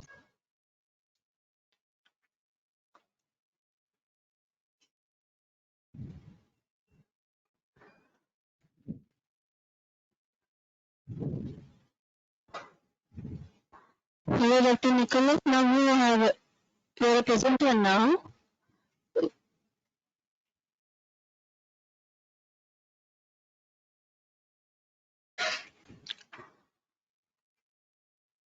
I hope, hello? Qu'est-ce que j'ai fait? As Dr. Nicholas, we are able to hear your voice now. You can go and Can you hear me? yes, it is clear. Oh, okay. You can continue with the presentation now, Doctor. Sorry? You can continue with the presentation. Okay, greetings everyone. Sorry about all of this connectivity issues. So I'm here to present our work about slag-based ceramic materials, specially designed for thermal energy storage. So, you know everything, I guess, about the use of fossil fuels and its impact on climate change and other problems such as pollution and depletion of resources. This has prompted the development of renewable energy, which are most often characterized by their low potential for carbon emissions. Among them, most popular are solar and wind power, but as you can see, they have the massive disadvantage of being erratic. So here you have solar with a clear low level during night and very erratic level during day. This also applies for wasted recovery. On the right, you can see the exhaust power of an iron furnace. This ends up to this kind of problem. So this is the California load in various years. As you can see, you have problems of overproduction or underproduction with erratic resources, and this prompted the development of energy storage system, among which thermal energy storage system. So, thermal storage systems are already used as a standard for concentrated solar power. So here you can see one example with 2-tank nitrate molten salt, in which the solar field heats up molten salt, which is then pumped to a hot tank, and then the hot tank is used to power a boiler and a turbine. After that, the fluid is transferred back to the cold tank and ready to be pumped up again the tower. This is quite efficient, but this has a very narrow temperature range, limited to maximum 580 degrees, which doesn't allow to take full advantage of the temperature you can reach with concentrated solar. So this prompted the development of high temperature gas solid thermocline systems. So basically the thermocline storage system is a system in which a packed or structured bed can host a thermal gradient. So here you have a demonstration of a charge. During the charge, you have hot gas going at the inlet and slowly creating a heat front that is moving down the system until exiting. So here you have an example with a base level at room temperature, and as soon as you inject the hot gas, it heats up the packed bed. After a time, the temperature at the outlet starts to increase, and this means the system is charged. During discharge, the direction of the inlet is reversed. You inject cold gas and get high temperature gas at the outlet, like this. Conversely, after a certain time, the temperature at the outlet starts to decrease. So this is for the fundamental. As the gas has a very low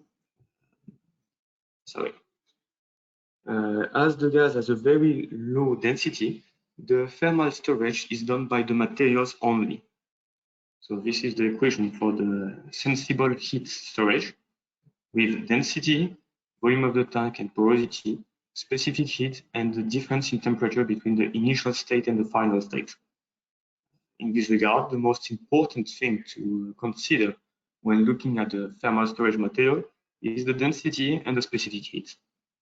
Both of them, when increased, tend to increase the storage capacity per unit volume. Other properties of interest, you have the thermal conductivity. Increasing it can improve the heat transfer up to a certain point, above which you increase also losses. Compressive strength is quite obvious regarding the structure of the system, and the coefficient of thermal expansion needs to be as small as possible to reduce strain on the vessel. So it all comes down to a choice of material.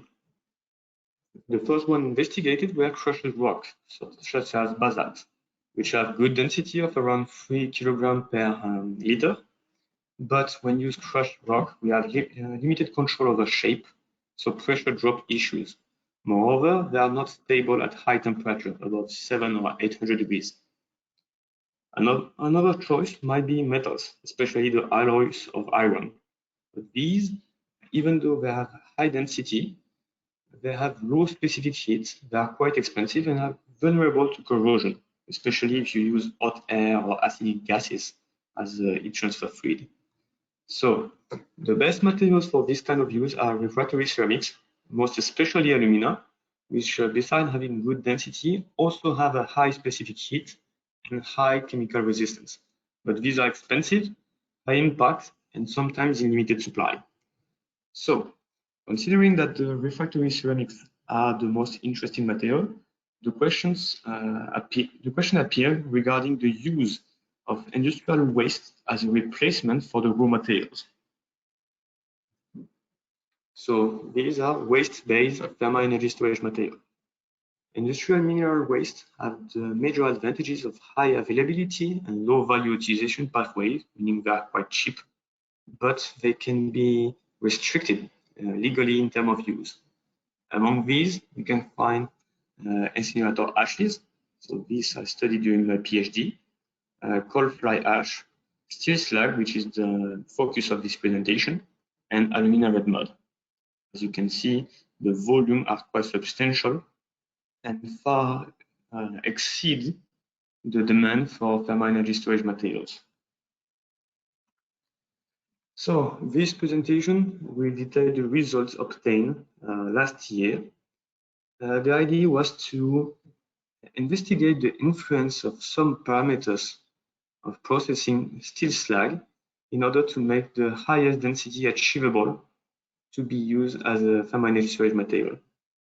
So we use electric arc furnace slag produced in the UAE by Mirad Steel, crushed into a powder below 180 micron, and mixed it with PVA only in order to get a ceramic made out of 100% steel slag. So this slag was already studied the year before by a PhD student. And the process was quite simple, crushing the raw materials, sieving, heat treatment or not. This is heating the material up to 1000 degrees under air to oxidize the slag, then mix with PVA, shaped by uniaxial pressing to produce 2.5 centimeter diameter cylinder, then drying, firing, and characterizations.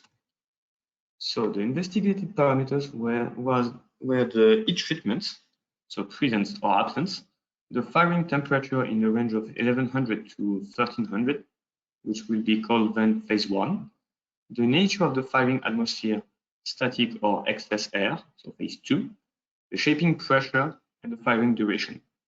For each one of these phases, we retain the best value for the parameter considered and move to the next. So this is a simplified one factor at a time experimental plan.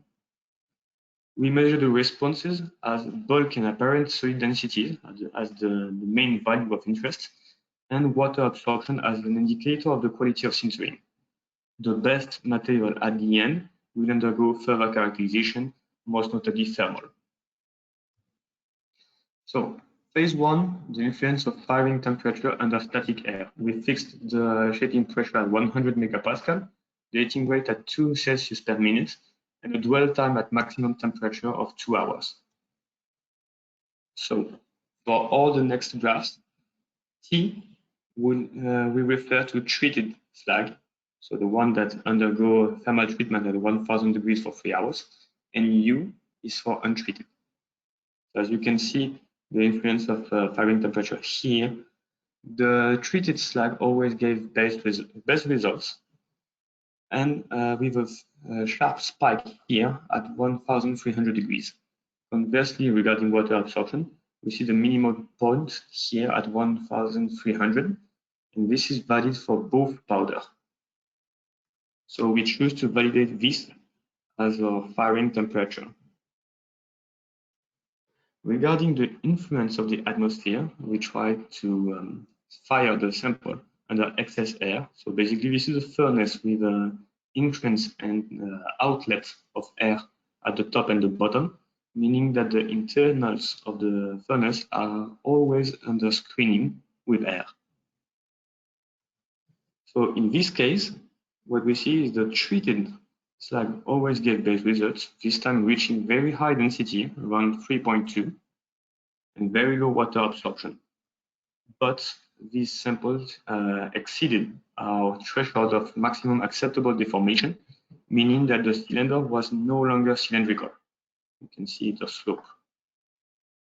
So even if the results were best when fired under excess air, we choose to remove this kind of atmosphere for the study.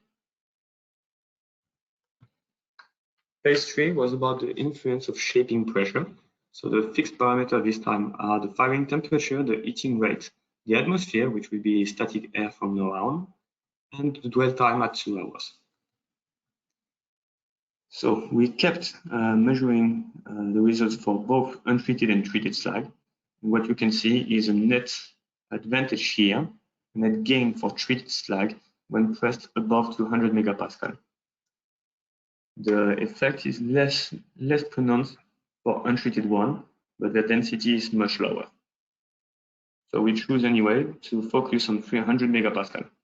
350 was also good, but we noticed elastic release of the powders when pressing, which led to damaged sample. So from now on, 300 megapascal will be selected. The last step was the influence of the firing duration. So this time we fixed the temperature, the atmosphere, the heating rate, the shaping pressure, and we explored the influence of firing duration between half an hour and 8 hours. This time, regarding bulk density, we see kind of a plateau above 4 hours, with still the treated slag being better than the untreated one. The same goes for water absorption here, with a slow decrease of water absorption, but the error bar means that the gain is quite marginal in the end. Anyway, in terms of results, the longest firing duration gave the best results. So the final properties of the ceramic we developed was a density, bulk density of 3.08, water absorption around 1.2, deformation below 1%, compressive strength around 40 megapascal, quite homogeneous shrinkage, whether it is radial or axial, and a very low loss of ignition, which is quite normal considering that there are no organics, for example, and no binder beside PVA. Here you have some example of same photographs that have been taken. As you can see, the samples are not very smooth. There is a lot of small porosity here, but it doesn't affect the property for the use we intend.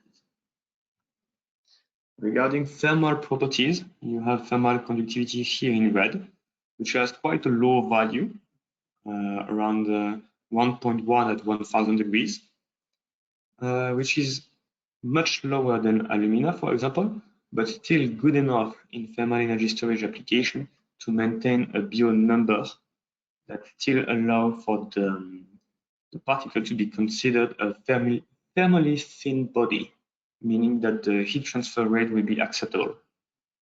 Regarding specific heat, it's quite good up until 500, but it's still way lower than alumina. It will be here, around 1100. So, as this material is supposed to be cycled repeatedly at high temperature, the thermal stability is one of the concerns. So here you have an XRD graph with the raw slag material, the slag after each treatment, the fired ceramic, and the cycled ceramic. Meaning the cycled ceramic was one of the samples cycled 5 times from 500 to 1000 and back to 500 degrees at 60 degrees per minute. Also, TGA analysis revealed a variation of mass below 1%, which is in this field generally considered as being sufficiently stable.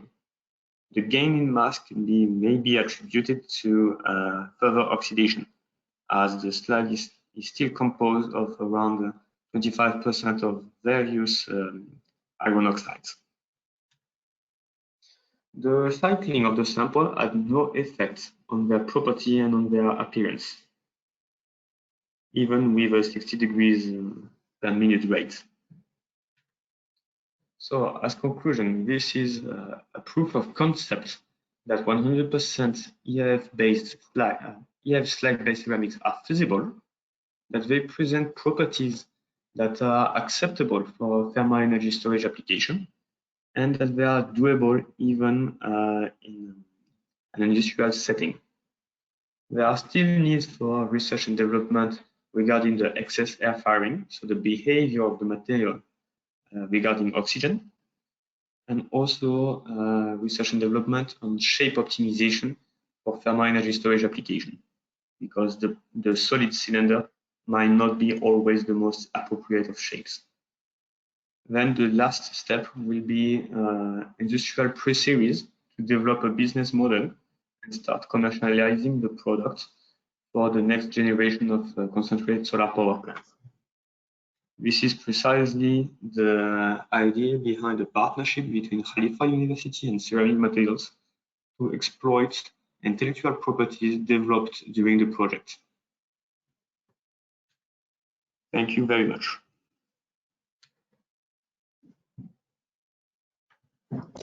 Thank you, Doctor, for your presentation. Is anyone having any queries?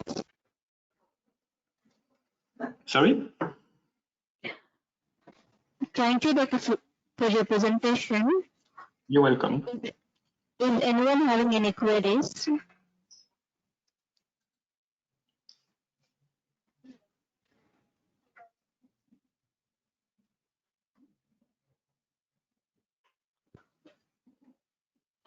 I hope there are no queries. Thank you, Dr. Nicholas, for your presentation. Thank you. As per the schedule, now let's take a lunch break and we will be back within 30 minutes. Stay connected.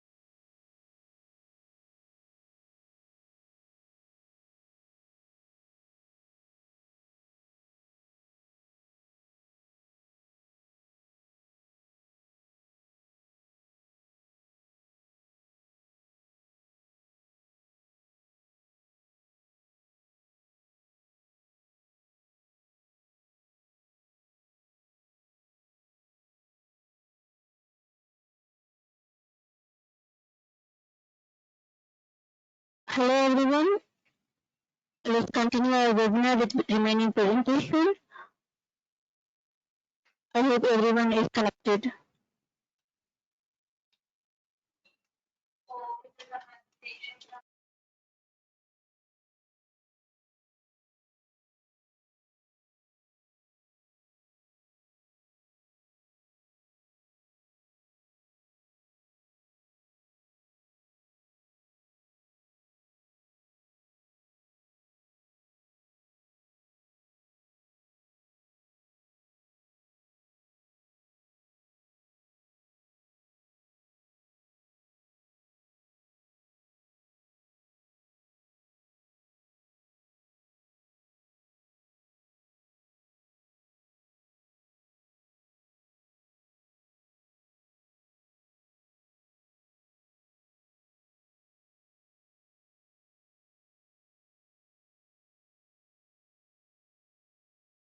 I hope everyone are connected. Now let's move on to the next presentation.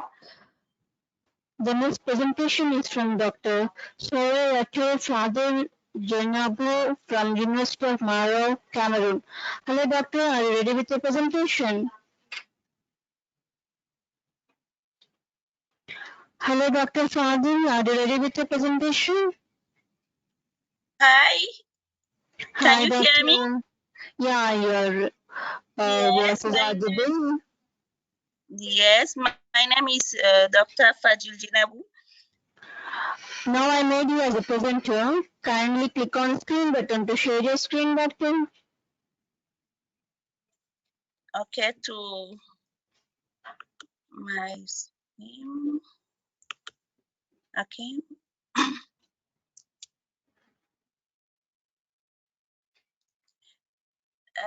Can you see my screen?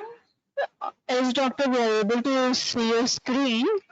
1 minute. Is everyone is connected post lunch break? I hope everyone are connected now. Yes. Can you see it? Yeah, your screen is visible, doctor. Just I Okay. am checking with everyone is they all are connected. Actually, this is the post lunch break session. Is everyone are Okay. connected? Just I'm checking with everyone. Hello, doctor. Can you please unmute yourself and talk? Can you mention that you are connected once so that we can start the session? Thank you for giving me the opportunity of to present my talk. Can you hear me? Yes, doctor. We can hear you. You can continue with the presentation. Okay. I'm going to present the effect of the incorporation of wood ash, of neem wood ash, who is as a directa indica in the ceramic material for the manufacture in the fire bricks. Yes, and for this, okay, we have the introduction, material use, the result, and the conclusion. The clay is the raw material we use in concretion. In the oldest clay material we use, and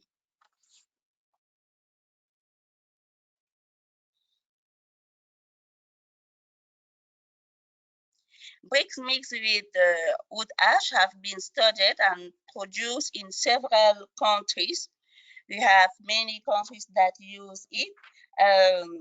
In Cameroon,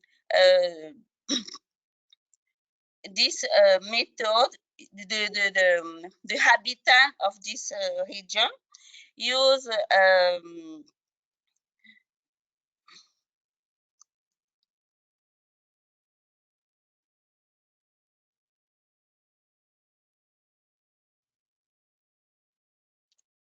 Hello, doctor. Is there any interruption?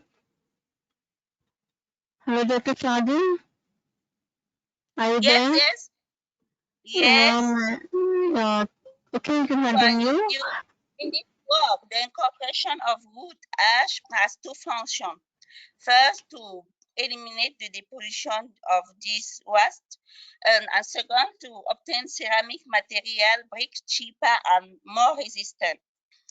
And Azadirata neem is a species native on India. We have it in most of village in this area, and it is used as firewood because of its resistance to combustion, and it have good production. And this combustion is non-toxic and classified not hazardous. It also used in all the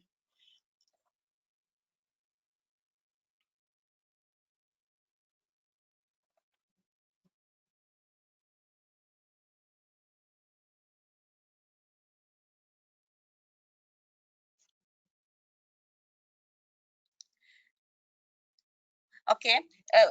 Can you hear me?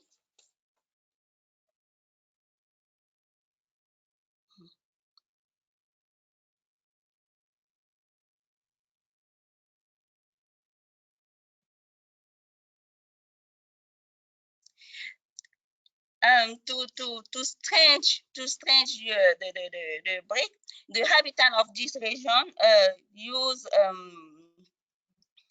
use tar for for this, and this is not harmful for the herb.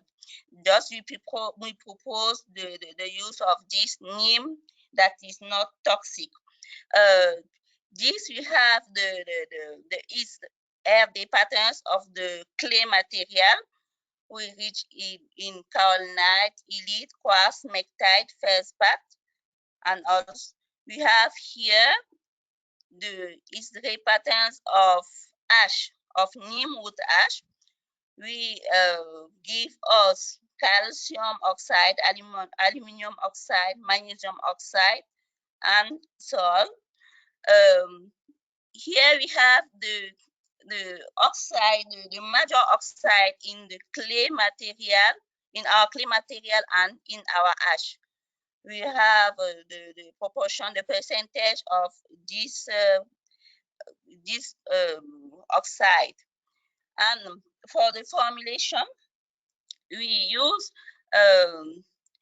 manufacture by mixing a neem wood ash with percentage of ash, clay and ash. We have we use 0% of ash to have a specimen to have and we use 50%, 10% of ash. With 15% of ash, the result after firing, our bricks cracks. The maximum use of this ash is 10%. And we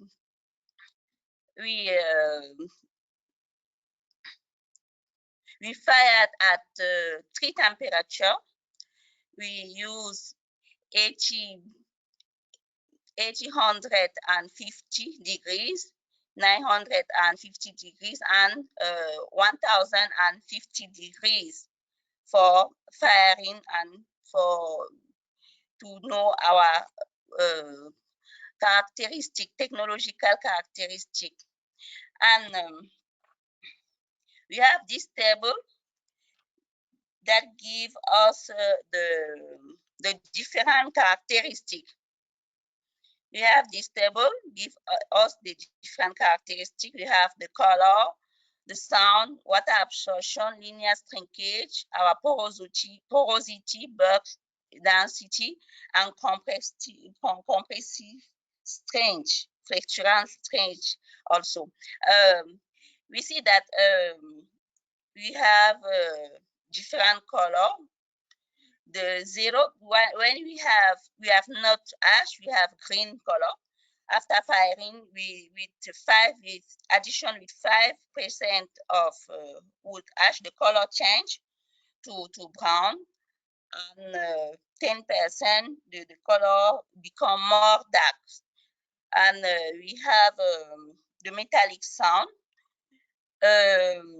We have the increase of our porosity. We see that the porosity increase, and also the linear shrinkage, but bulk density, compressive strength, and flexural strength slightly decrease. Okay, for this result, the yellowish color, it could be given with iron oxide in this material. The dye color could be given with our manganese oxide, which we have in the wood, in the ash, and also in the clay. The equation is could be to our alkali earth and alkaline earth oxide. The metallic sound is probably due to the fact that this sample is rich in fine clays, and increase of porosity and linear shrinkage could be due to the evaporation and the decomposition of SOD, of carbon dioxide during firing.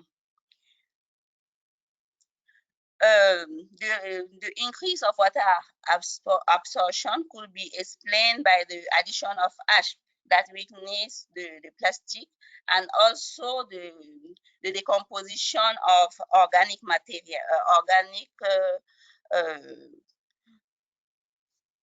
minerals. The decrease of compressive strength but density could be linked to the high porosity that we see. For the conclusion, we have advantage of use of neem wood ash in the manufacture of our brick that permit the recycling of waste whose production increase every day in this locality. The reduction of raw material costs and produce higher porosity material, decreasing its density and increasing its insulation ability. For the insulation ability is very important, because in this region is Sahelian region, and the climate is not we have sun every for a lot of months, and construction with this material can be good for this population. The incorporation of ash is limited due to the increase of water absorption and the compressive strength of the brick, with the addition up to 10. But if we use 10%, we can have this result with increasing in insulation ability that decrease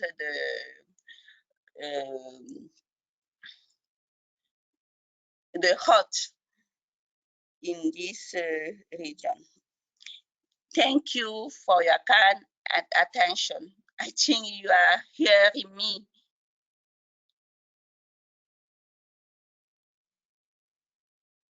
Thank you, Doctor, for your presentation. Is anyone having any queries? You can ask your queries by unmuting yourself.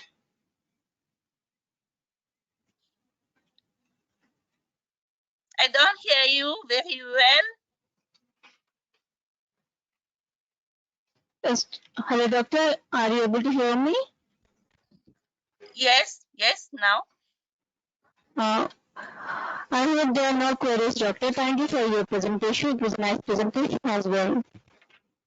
Okay, thank you. Now let's move on to the next presentation. The next presenter is Dr. Magdalena Sędzior from University of Technology, Poland. Hello, doctor. Are you ready with your presentation? Hello. Yes, I hear you. Yes, doctor, I have made you as a presenter. Now click on the screen button to share your screen. Okay. Yeah.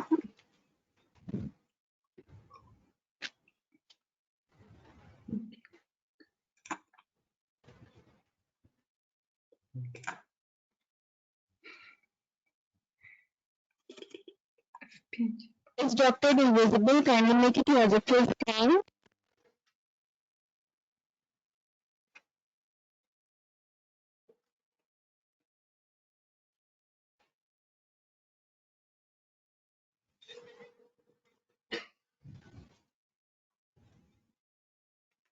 Hello, Dr. Sundar, are you there?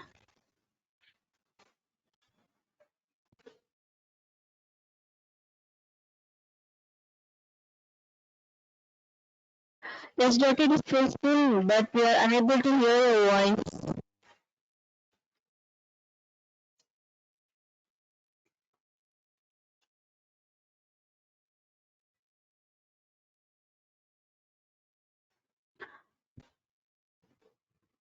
Hello, Dr. Magdalena.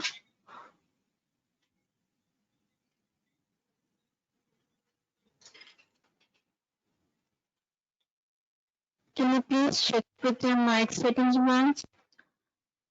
Starting, we have heard your once, but not Can now. you hear me now?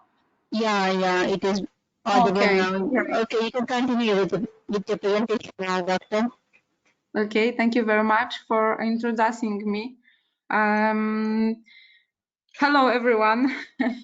I'm working on the Faculty of Mechanical Engineering in Silesian University of Technology in Gliwice city in Poland.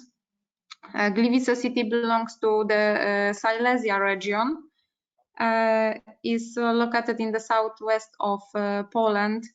As Silesians, we have a specific dialect. And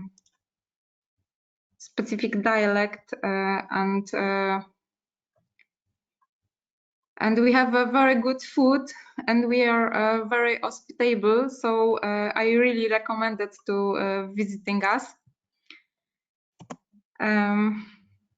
Okay, but back to the topic. Today I would like to talk about the ceramic thin film deposited by atomic layer deposition method on the surgical scalpel blade. Ceramics are a very diverse group of materials, as you know, from traditional ceramics, for example, fire-resistant ceramics, to modern ceramics like engineering ceramics, for example, corundum and silicon nitride, which we can use in electronics devices or aerospace components and cutting tools. The ceramic materials are widely used in various fields due to these properties. And for example, in medicine, the zinc oxide antibacterial properties have been applied for decades. And the medicine and the materials science development make it possible to start treatment or replace tissue and organs thanks to the use of biomaterials. And for this type of treatment, it is require procedures or operations in which surgical instruments are needed. And surgical tools can be divided according to their function into cutting, stringing, grasping or gripping, holding and thus those used for special purpose. Each surgical instrument consists of a working part, a gripping part, and a joint. Its construction may also include special elements. The working part is an active element that has direct contact with tissues or auxiliary materials. It may be categorized as blunt or sharp. The task of the blunt part is the bloodless drawing, holding, and expansion of the operated tissue. The working parts of blunt instruments may be smooth or have incisors to facilitate better tissue grasping. The sharp parts are used to perform bloody separation of the tissues during the procedure by means of cutting, drilling, scraping, or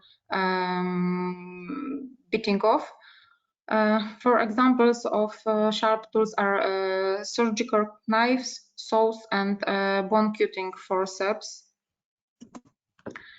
And materials for surgical instruments must meet the criterion of corrosion resistance in the tissue environment and body fluids when in contact with the drugs used and when in contact with disinfectant used during sterilization.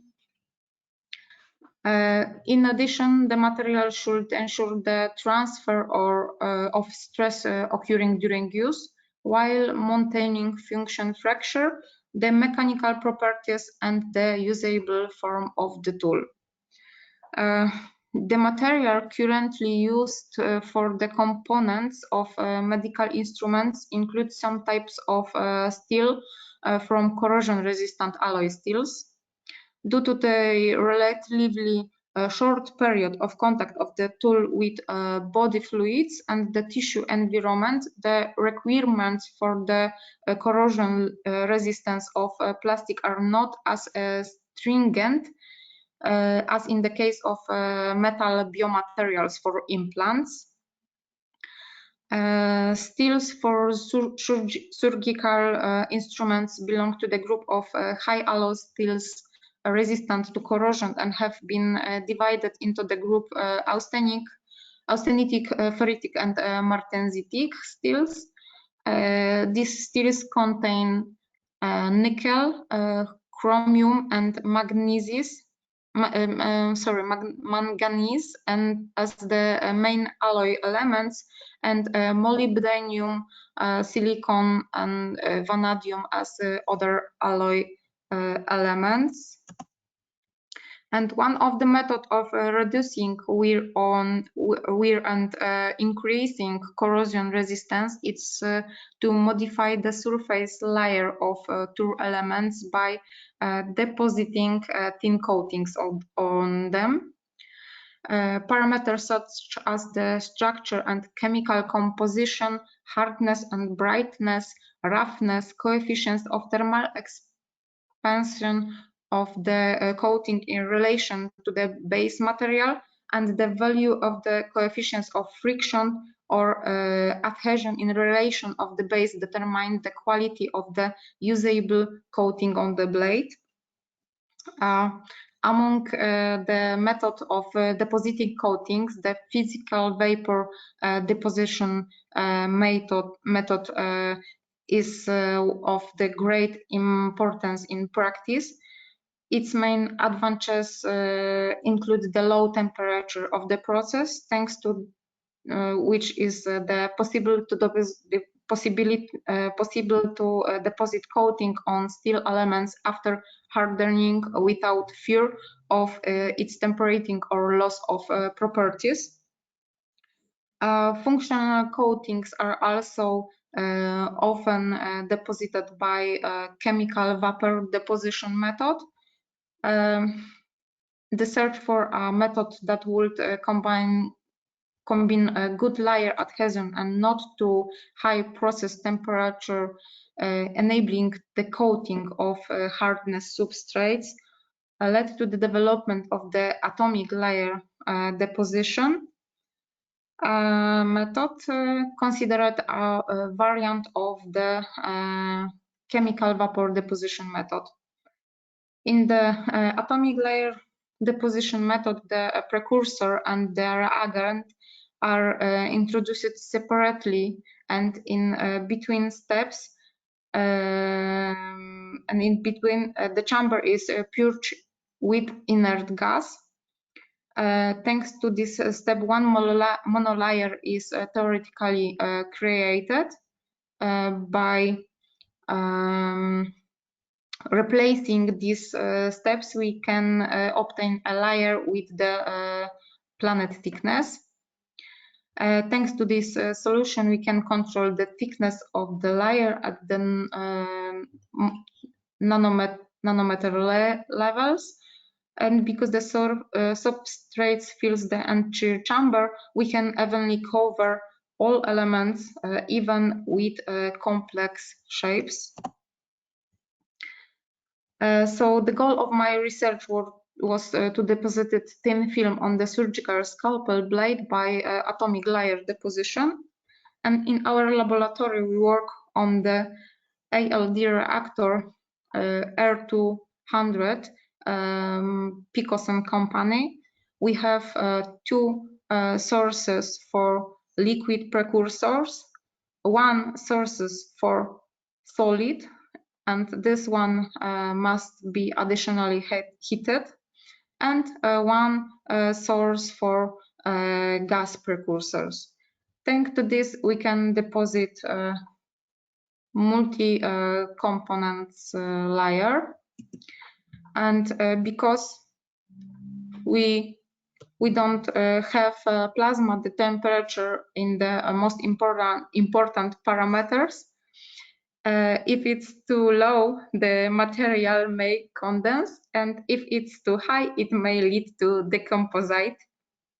It may lead to decomposition. At the moment, we have already deposited various layers from the red marker precursor and the red marker reagents.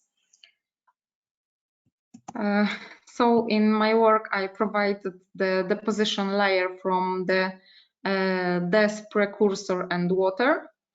And the basis of preliminary studies, a significant condition for the deposition of thin films by the ALD method were established, such as flow rate of the carrier gas, the time of introducing the precursor into the chamber flushing time.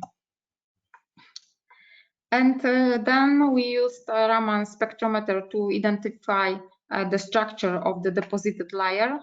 And in all samples prepared by the ALD method, regardless of the number of cycles, on the basis of the record Raman spectra, the hexagonal structure of zinc oxide, a structure of a wurtzite type, was identified. With the change in the number of ALD cycles, only slight shift and broadening of some bands were recorded, which may indicate difference in the dimension of zinc oxide crystals. The surface morphology of the analyzed samples was evaluated by the atomic force microscope from Park Systems company. And the study was conducted in a non-contact mode. The effect of the number of cycles performed on the surface morphology of the deposited thin films can be seen. And the deposited thin film with fewer cycles consists of evenly distributed small spherical clusters of atoms. The greater the number of cycles, the larger and more elongated the cluster of atoms. Along with the increase in the number of cycles from 1000 to 1500, the roughness parameter slightly increased. When analyzing the histograms of the frequency of unevenness and on the surface, The smallest difference occurs in the thin film deposited after 1000 cycles, which correlates with the analysis of surface topography image and the calculated roughness parameters. And using scanning electron microscopy, the surface of scalpels covered with layers and their fracture were examined. No discontinuous cracks or other defects were recorded. The samples were covered with a uniform and homogeneous layer. We could also estimate the thickness of the layer. A qualitative analysis of the chemical composition of a clean blade and blades with embedded layers were also performed using an energy dispersion spectrometer called IDS.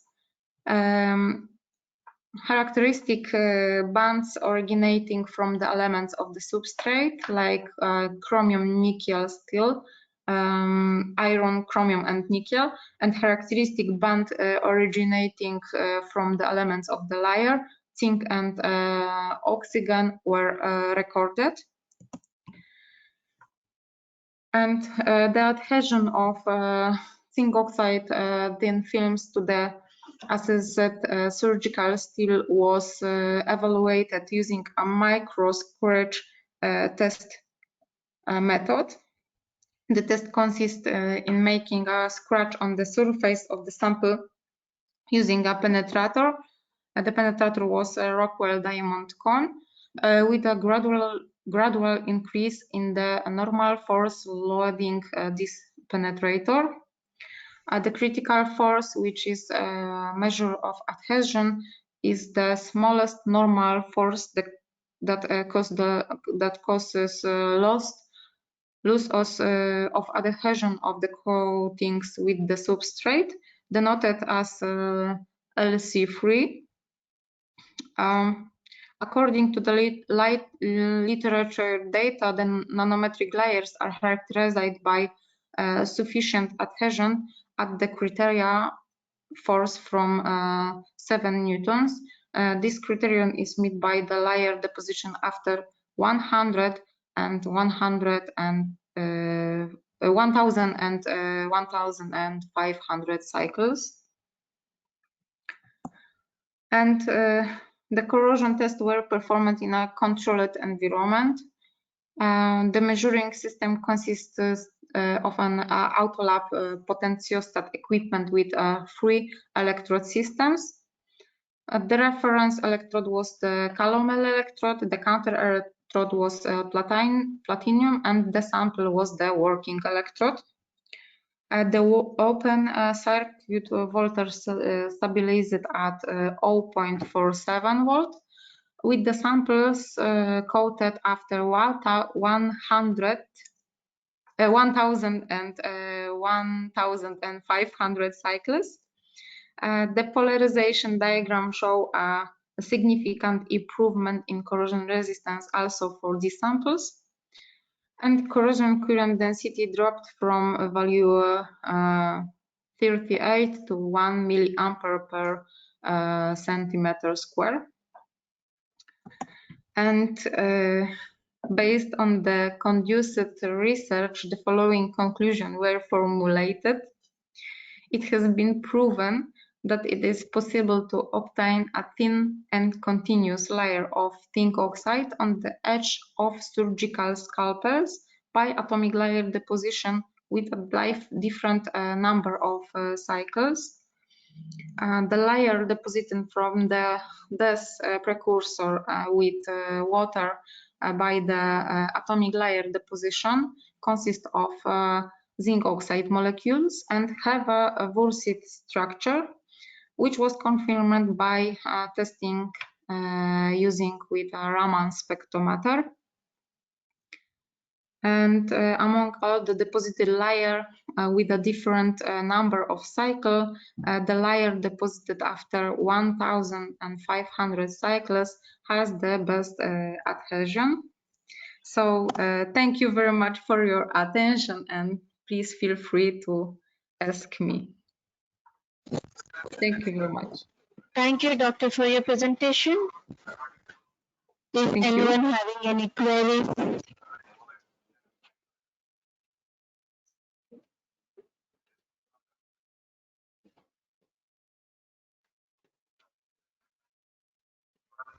I hope there are no queries. Thank you for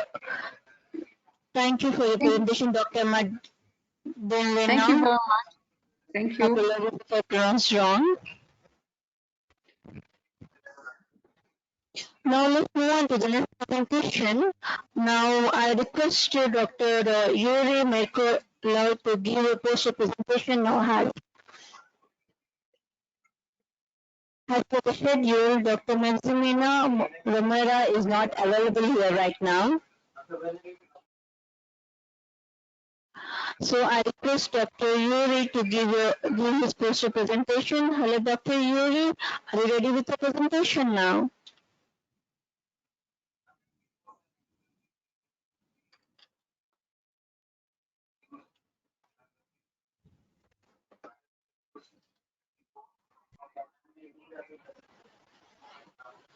Hello, Dr. Yuri. Yes. Now I'm making you as a presenter. Are you ready with the presentation, Doctor?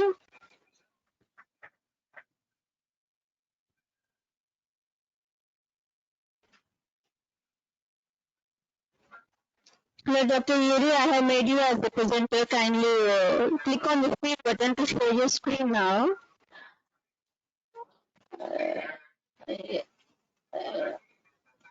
As Doctor, your presentation is visible.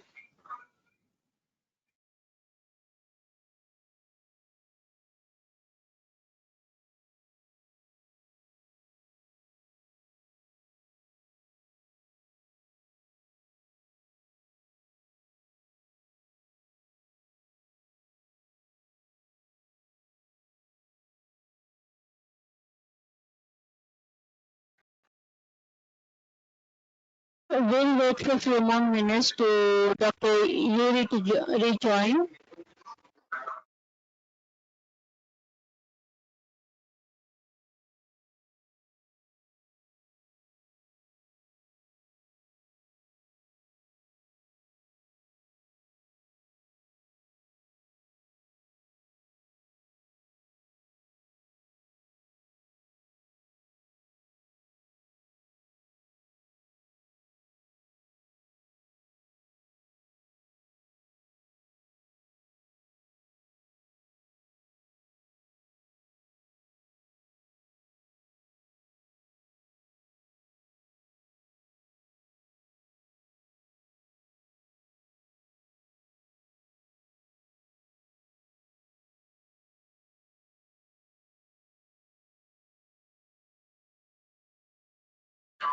We are contacting Dr. Yuri via telephone.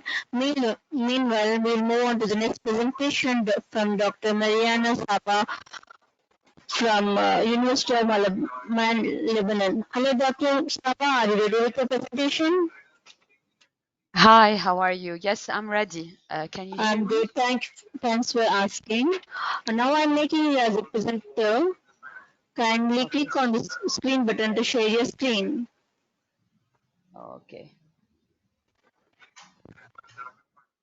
Just give me a second so I can share.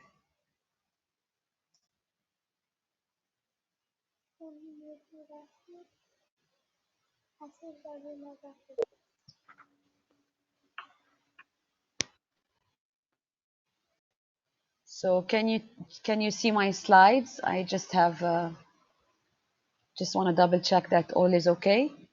Is it clear? Your screen is visible now. Kindly make it as a full screen. And you are in the last Yes, slide. Yes. Is it clear now? Is it visible? It's okay? Okay. Started is visible. Kindly make it as a full screen, please. Yes, I am on the first page. Sorry, it is not in a full screen in our monitor. What can you see?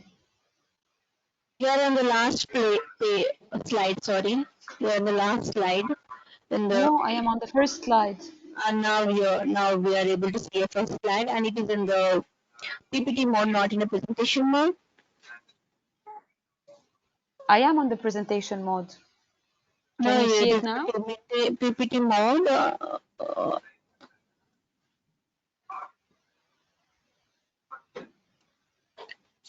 I will share it once again. Sorry. Okay.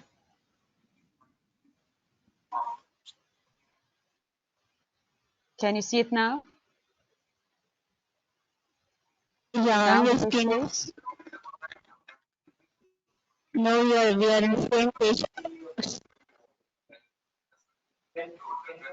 What can you Okay, see now? we are in the first line. You can continue with the presentation. We will zoom our screen. I request everyone to kindly zoom and zoom out if you are unable to view the slide full screen. It is in the right. Why can't? Okay, can't you see that the whole? I'm sharing the bigger PowerPoint. It should be in the presentation mode, isn't it? In the presentation mode? Yeah, it is visible, doctor. Just I'm. Okay. Yeah, you can Okay. continue with the presentation. It's no problem at all now. Okay. Thank you. And start from the first slide. We are in the second slide now. I hope. Okay. Thank you. So I will start. Yes, doctor. Thank you. So good evening, everyone. I am Marianne Saba, a researcher at the University of Balaman. I will be presenting the work on the theoretical and experimental that has been done on the geopolymer mortars produced by Lebanese metakaolin. So just a recap or just an introduction on our university. It's one of the youngest universities in the world and ranked among the top 500 or 50 youngest universities worldwide. It is located in Lebanon in the Middle East. We are an English so we teach according to the English American curriculum. So I will be basically introducing geopolymer, what are they, then discuss our work and elaborate the results and discussion. So geopolymer is a green, environmental and friendly sustainable material.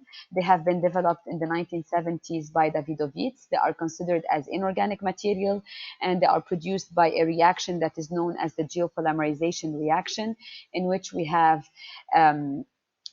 an alkaline activator that will react with a binder that are rich in aluminosilicate, and in such a way they will be producing what we call as a geopolymer. Many different factors can be done in order to variate and to increase the strength if we're talking about mechanical properties, variate the workability, the porosity according to the ratios of Si and alumina were mix, as well as the amount of water and the alkali activator if it. Hello, Dr. Saga. Sorry for the Yes, interruption. May I know in which slide you are? I am in slide 6 now. Sorry, we are still able to view the second slide. I hope you are sharing the wrong screen. Once close your. Yeah, now it is in a sixth slide for us now. Is it clear for you? I'm sharing the same slides. I Yes, can't. but from the past 1 minute we are in the first slide. Now it's Now we okay? are yeah, it is in the sixth Okay. slide. You can continue now. Thank you. Okay. So the geopolymer, they are made out of, as we said, aluminosilicates, and in our case, there will be kaolin material that has been extracted from Lebanon, and they have been transformed and characterized in order to turn into metakaolin. We also will be producing the alkaline reagent or activator known as the sodium or potassium solution and the water or surface active agent that will be added. So all of this will allow what we call a geopolymerization reaction, in which our aluminosilicate source, which is our metakaolin, will dissolve and create some kinds of organic or some kinds of bonds that will reprecipitate and form, as we know, our geopolymer mortars. So I hope you can see that we are since we are known in Lebanon to be a sedimentary country due to the many geological formations available. So we were capable, I was the first in Lebanon to assess a Lebanese metakaolin. So we got the kaolin from an area in the south of Lebanon, in the Bekaa area. And according to the work that has been developed between our university and the team in a ceramic laboratory in France, in IRSER group in Limoges, we were capable of characterizing this metakaolin and assess all of its characteristic.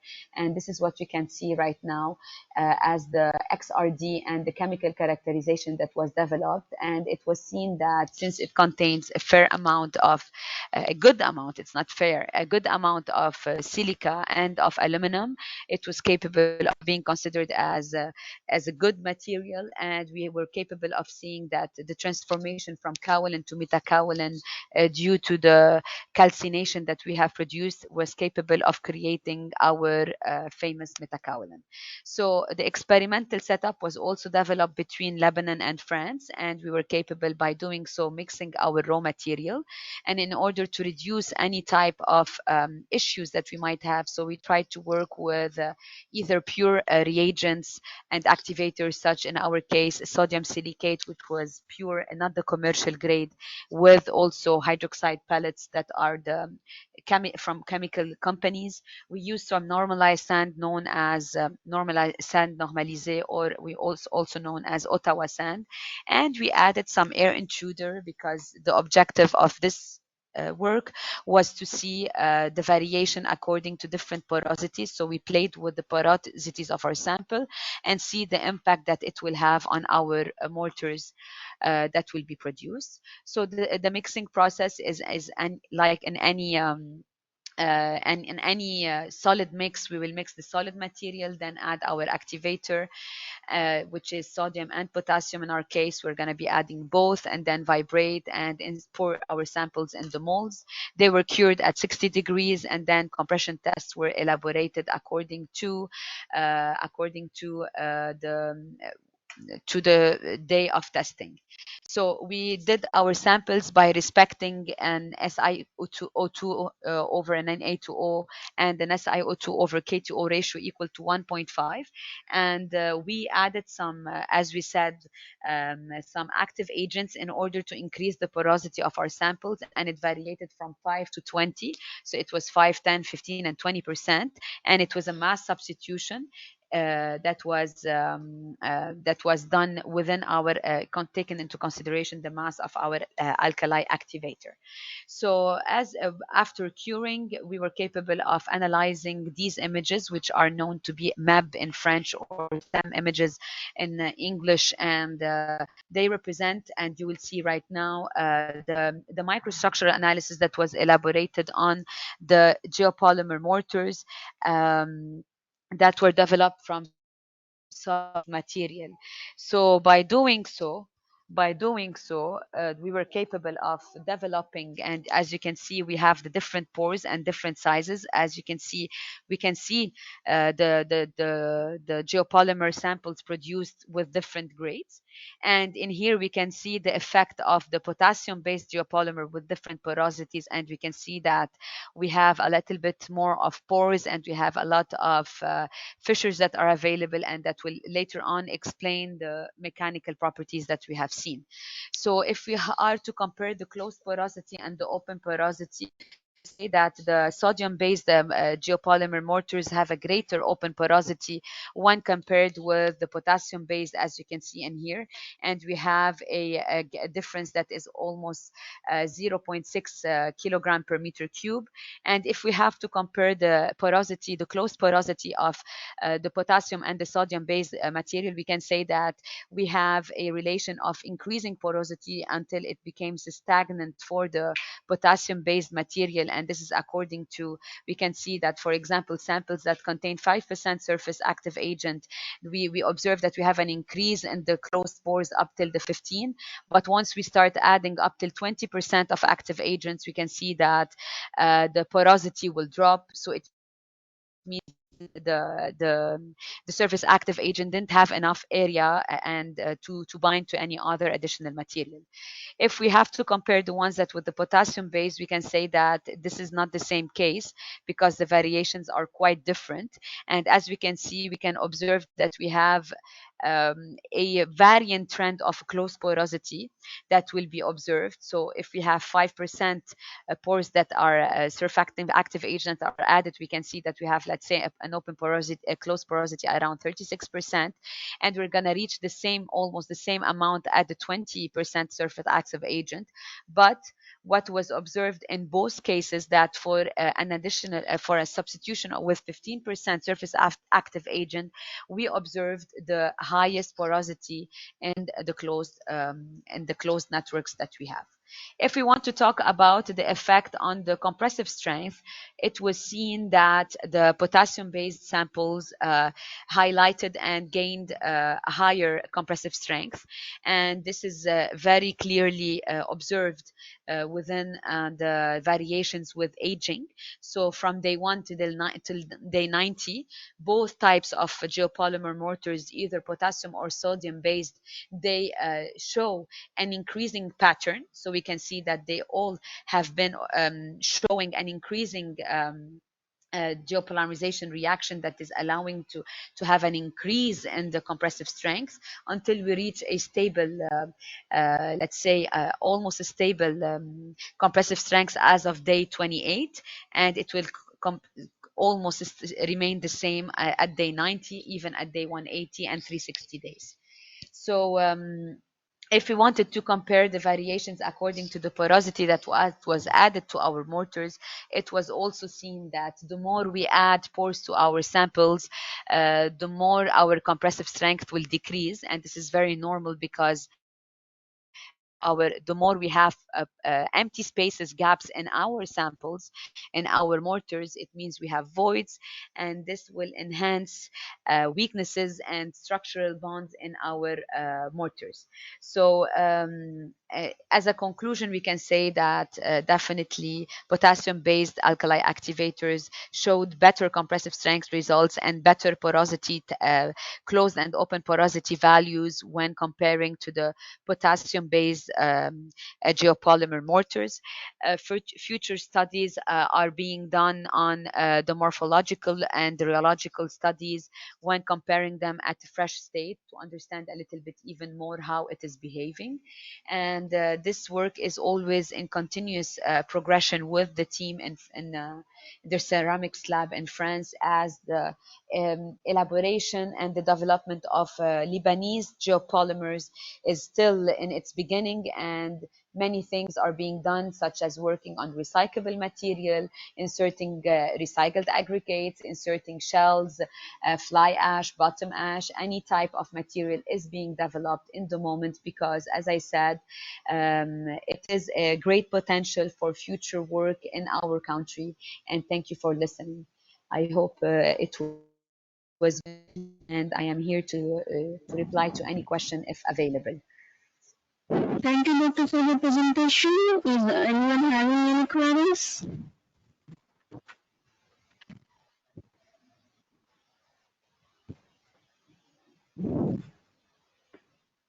Is there no questions, Clara? I hope there are no questions, Dr. Sabah. Thank you for your presentation. If we receive any queries by email, we'll forward it to you. Thank you. Okay. Now let's move on to the next presentation. Hello, Dr. Michael. Now, are you ready with the presentation, Doctor? Hello, Dr. Yuri.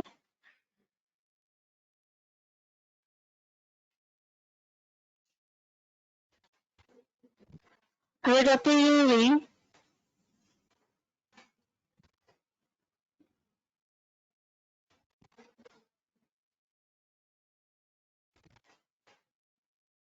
Hello, Dr. Yuri.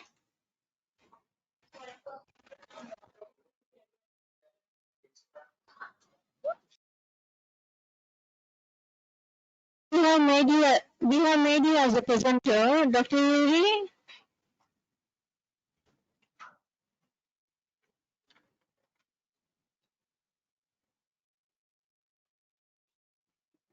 Hello, Dr. Yuri.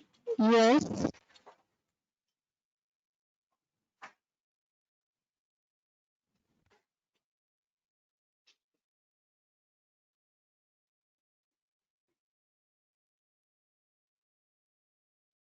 We are able to see your screen. Kindly open your presentation.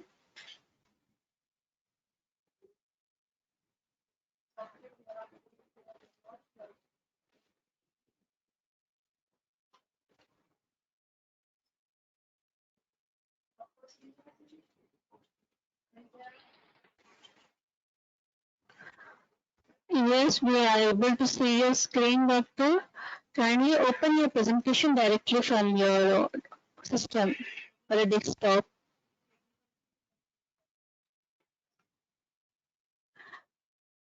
If you are getting any pop-up window, you can move the window of GoToMeetings from the both sides.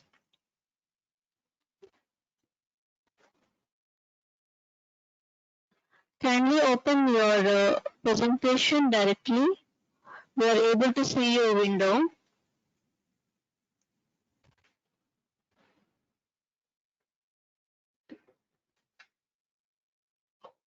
Kindly unmute yourself and start your presentation, or if you want, we have received your poster presentation.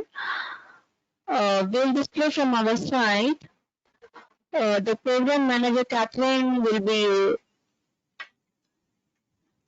displaying your poster. You can give your presentation from there, Doctor.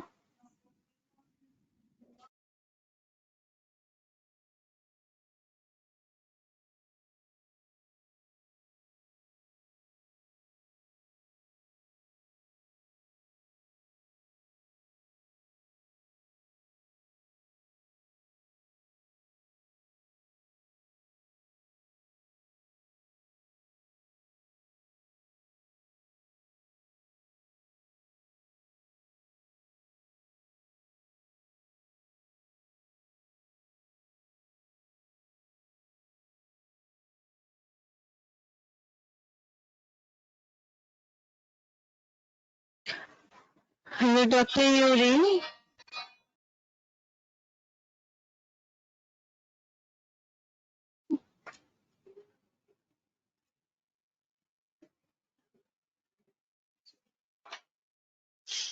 Hello.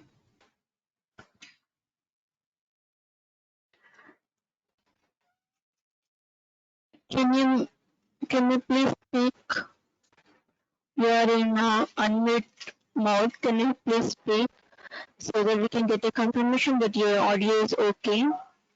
And also, please share your screen by clicking on the screen button on your GoToMeetings app.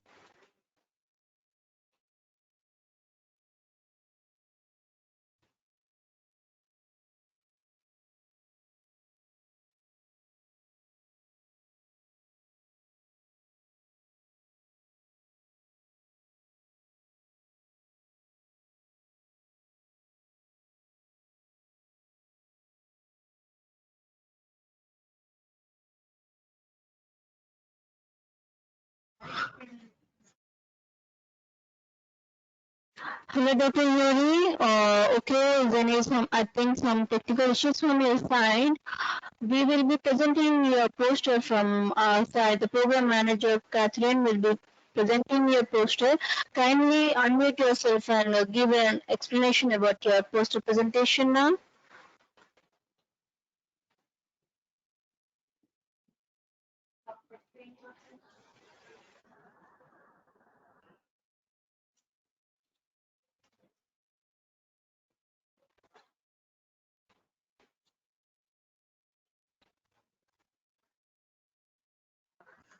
Hello, Dr. Yuri. Is this your poster presentation? Yes, I look my poster. Yeah, you can start your presentation. Give a small explanation about your presentation. Kindly introduce yourself and start your presentation, Doctor. I look my presentation, armored cetal high strength glass ceramics. You listen to me. Yes, Doctor. You listen to me. Yes, yes. I know. I go my presentation, okay? Yeah, you can continue. Good day, ladies and gentlemen. My name is Yuri Merkulov. I am from Russia. I am glad to listen to you on the conference. Excuse me for my English. Many years ago, when I was a young man, my father, a naval combat pilot, told me, learn English, how the world speaks it. I did not listen to him and studied wine, vodka, and women. This is a joke, of course. So now only or seriously about my work. There is no doubt that the soldiers and his equipment need protection from bullets and splinters of the battlefield, and this protection should be easy. Therefore, is a quite natural and not for the first year already before scientists to create a new light, energy intensive and inexpensive armor for protection. Today, without the use of ceramics materials, this task cannot be solved. Ceramics that are used in the Russian army have either low cost at high density, corundum ceramics B6, or high cost at low density, ceramics from boron carbide.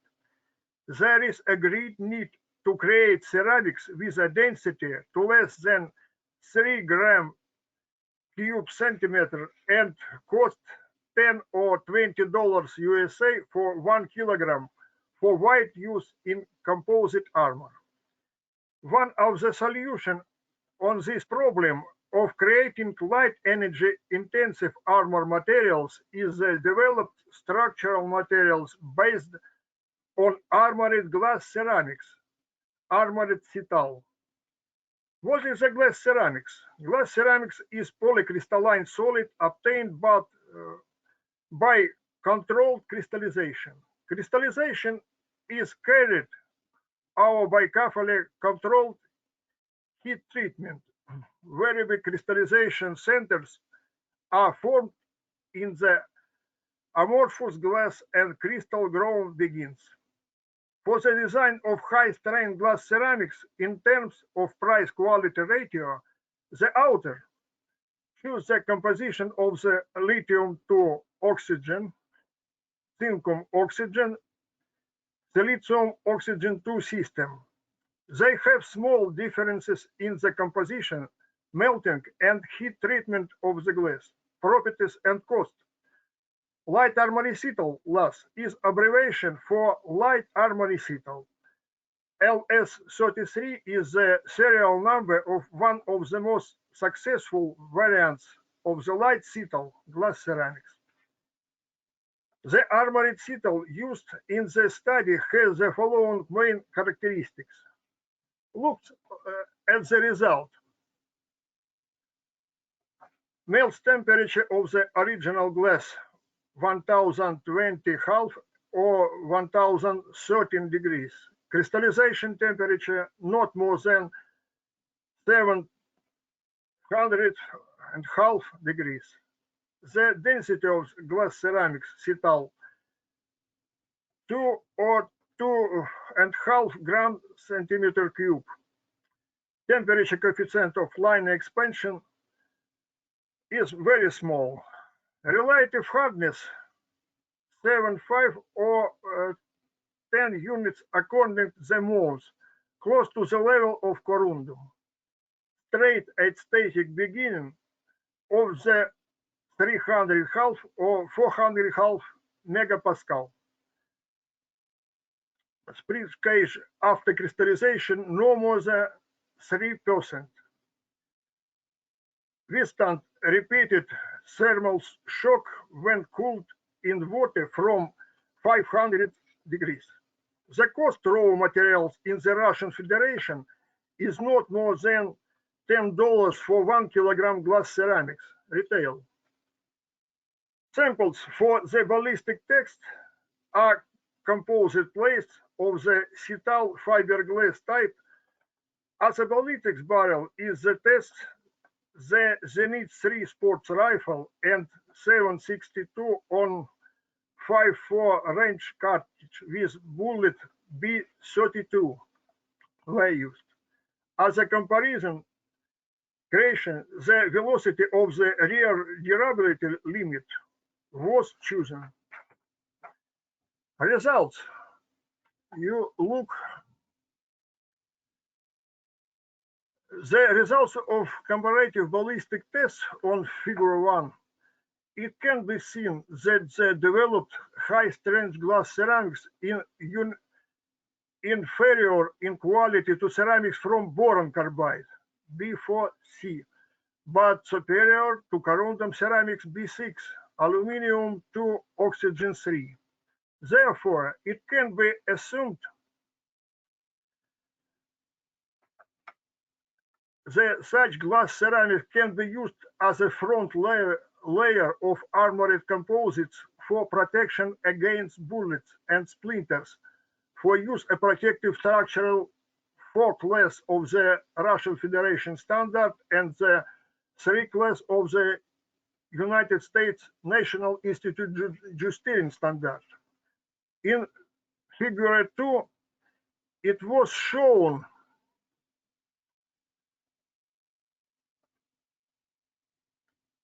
that the developed glass ceramics LC33 and light armor acetal, which were used for testing, are close in price to corundum ceramics B6, but much cheaper than boron carbide ceramics.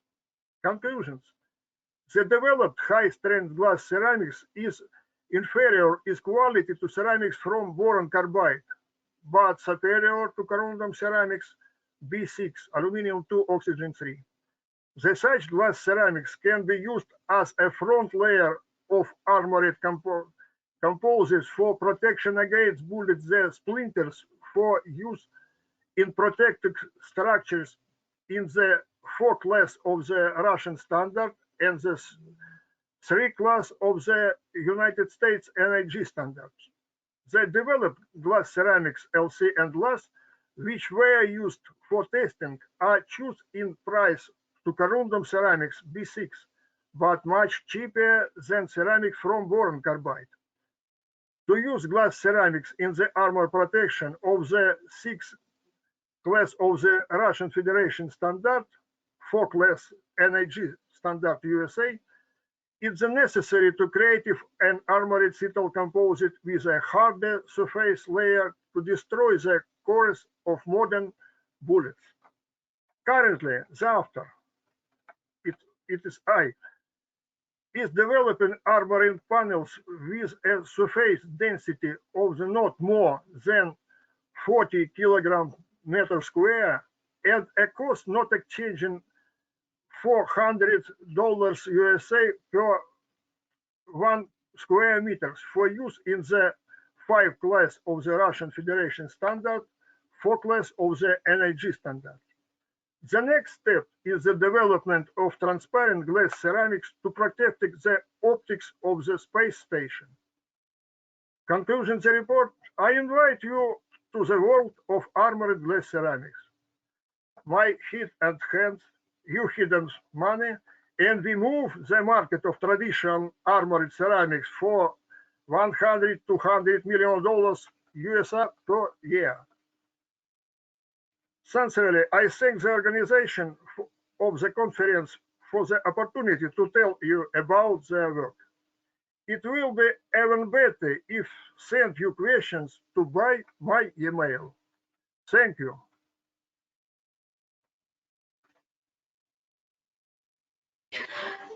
Thank you, Doctor, for your presentation. Is anyone having any queries?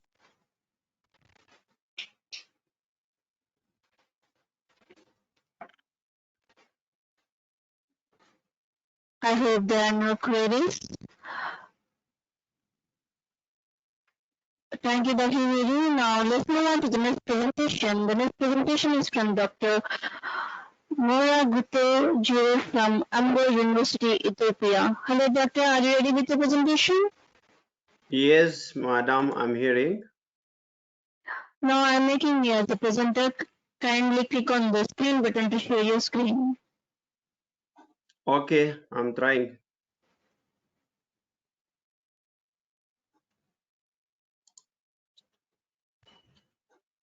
Yes, your screen is visible now. Okay, is it visible now? Kindly make it as a full screen.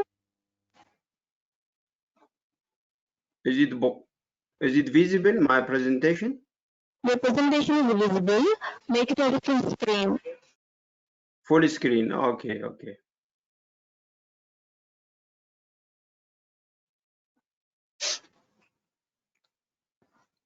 It is very small, doctor. Okay, okay. I'm looking.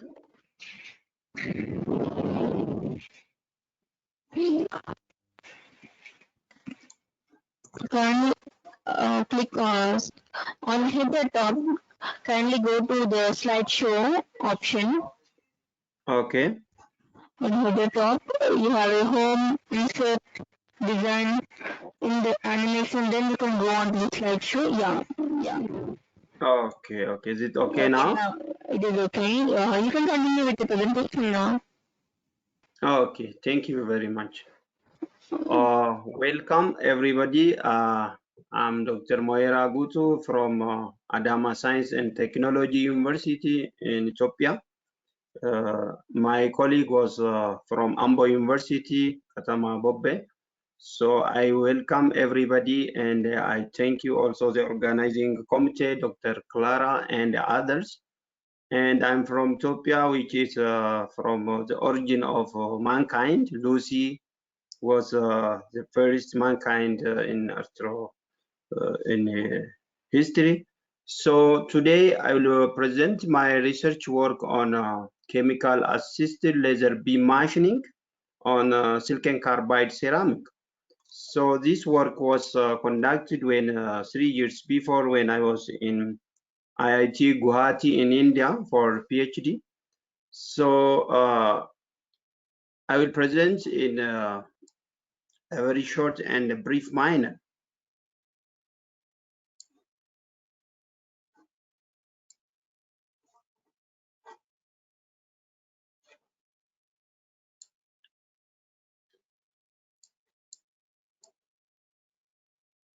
So chemical assisted laser beam machining is conducted for silicon carbide because when we see silicon carbide is very engineering ceramic which has high melting temperature, and the silicon carbide is very important in cutting researches like electric vehicles, in solar cells, in solar energy systems, and other MEM devices.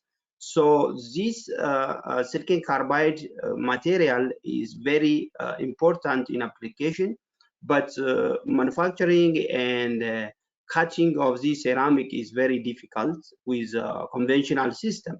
So we used to polish the surface finish using chemical treated system.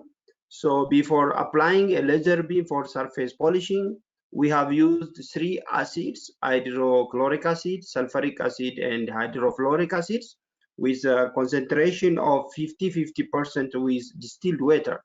And then we used CO2 laser, a high power carbon dioxide laser at preferred selected laser beam parameters. So we conducted a lot of research. Since we have no time, I will pass through that. A lot of researchers have conducted drilling of chemical assisted silicon carbide by the help of combined systems. In materials, we have used a silicon carbide block of 150 length, 50 width, and 20 millimeter thickness. And we have used the combination of 50-50% acid concentration for the 3 side acids. And we have used for after brushing the surface with acid, we used 24-hour curing time at room environment. Then this is our acid in laboratory here, hydrochloric acid, sulfuric acid, and hydrofluoric acid. And this is a CO2 laser, high power carbon dioxide laser. This is a silicon carbide block of 20 millimeter thickness. Then after a single run laser scanning, we have made a very new surfaces like this one. So these are a laser tracked surface for hydrofluoric acid, and this is for hydrochloric acid and sulfuric acid.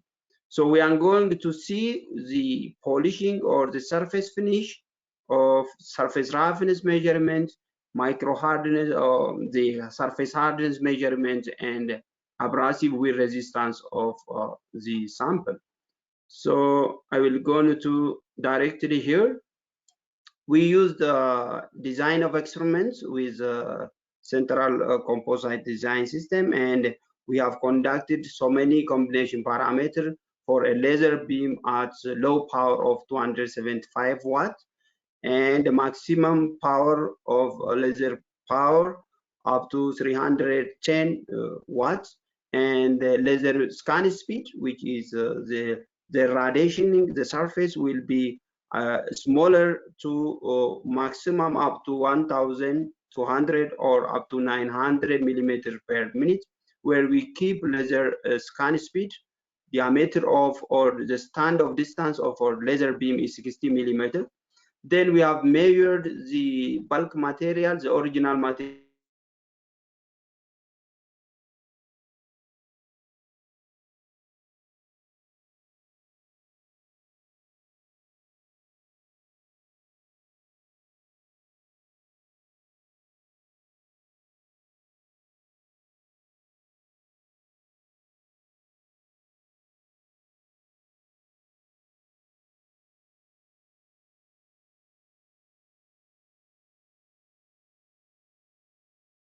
Hello, Dr. Hello, Dr. Maragutu, are you there? Hello, Doctor.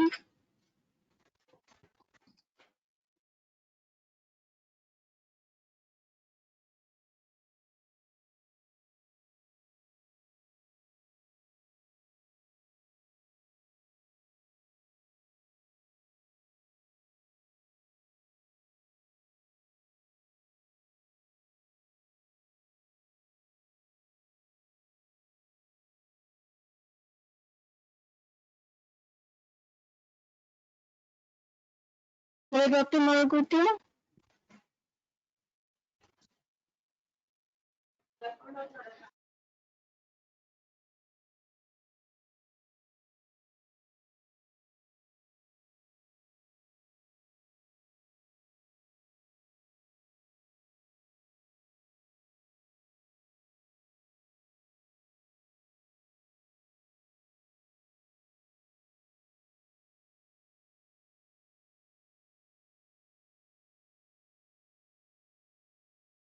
Hello, Dr. Maragutu, are you there?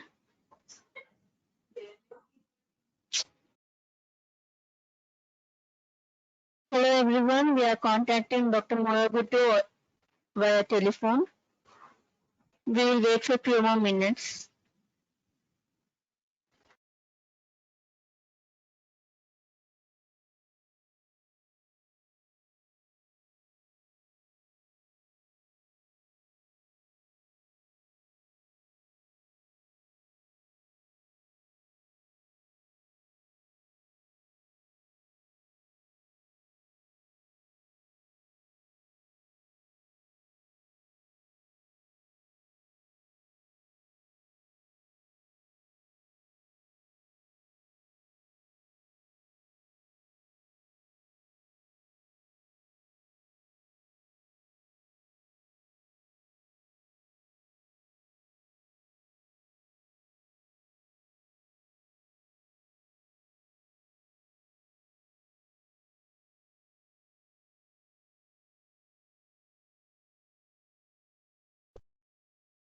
Are making smooth, and due to the condition of Hello, doctor. Sorry for your interruption. From the last couple of slides, your slide was in a stuck mode. We are unable to hear you. Okay, okay. Now you are hearing me? Yeah, can you please start from the previous slide? Okay, okay, I will do that. From this one? No, no, no. Before. Beginning? Yeah, from this slide. From this slide. Yeah, you are Oh. stuck from that. We are contacting you, but we are unable to reach you. You can continue with the presentation now. Now my sound is coming, okay? Yeah, you are audible and your screen also too visible. Yes, yes. So we have combined different two parameter laser beam power from minimum 275 watts to maximum 300 watts, and the combined parameters of different laser beam power here. And we used a laser scan speed from laser scan speed of 850, 900, and more. So 829, 815, and 915 and 19. So this one is when we did the combined parameter, we are observing the change in surface finish for three chemicals here. So for hydrofluoric acid, the optimum condition was here, 0.742% surface finish was obtained, the roughness value in micrometer. At this parameter, the optimized laser parameters are 275 watts and 900 millimeters per minute scan speed, while we are keeping laser standoff distance at a constant. So for sulfuric acid, also we get the optimum surface finish at 0.54 micrometer, while the others are bigger in roughness scale than this parameter, and the optimized condition are here. And we have observed the very good surface finish was when hydrochloric acid was treated before laser beam, and the surface finish is 0.412 micrometer. Then this graph shows the roughness values, or the roughness values after laser beam treatment. Then original silicon carbide, I think it is one, and with hydrochloric acid, the roughness after polishing was only 6%, 7%, and 11% in hydrofluoric acid. So for a single parameter for hydrofluoric acid, which is a very strong acid, the surface finish is only 85% improvement. And the optimum condition, which gives a minimum surface finish, was at 275 watts for laser power and 900 millimeter per minute laser scan speed. But when we increase the red line here for maximum scanning speed here, if it is very fast, the roughness of the material will be more. Then the 1200 millimeter per minute will not be recommended. So this is surface profilometer, the 3D surface profilometer. After ablation or after laser was irradiated, the surface looks like this one, and the 3D profilometer is smooth.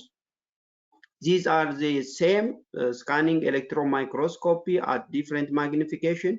The upper one is where the crust layer, the surface, where the surface atoms, the crystals at the surface melted and recasted on the surface. They feel more the peaks and the roughness on the surface. And due to the acid is strong, we have observed also some micro crack in the surface morphology here.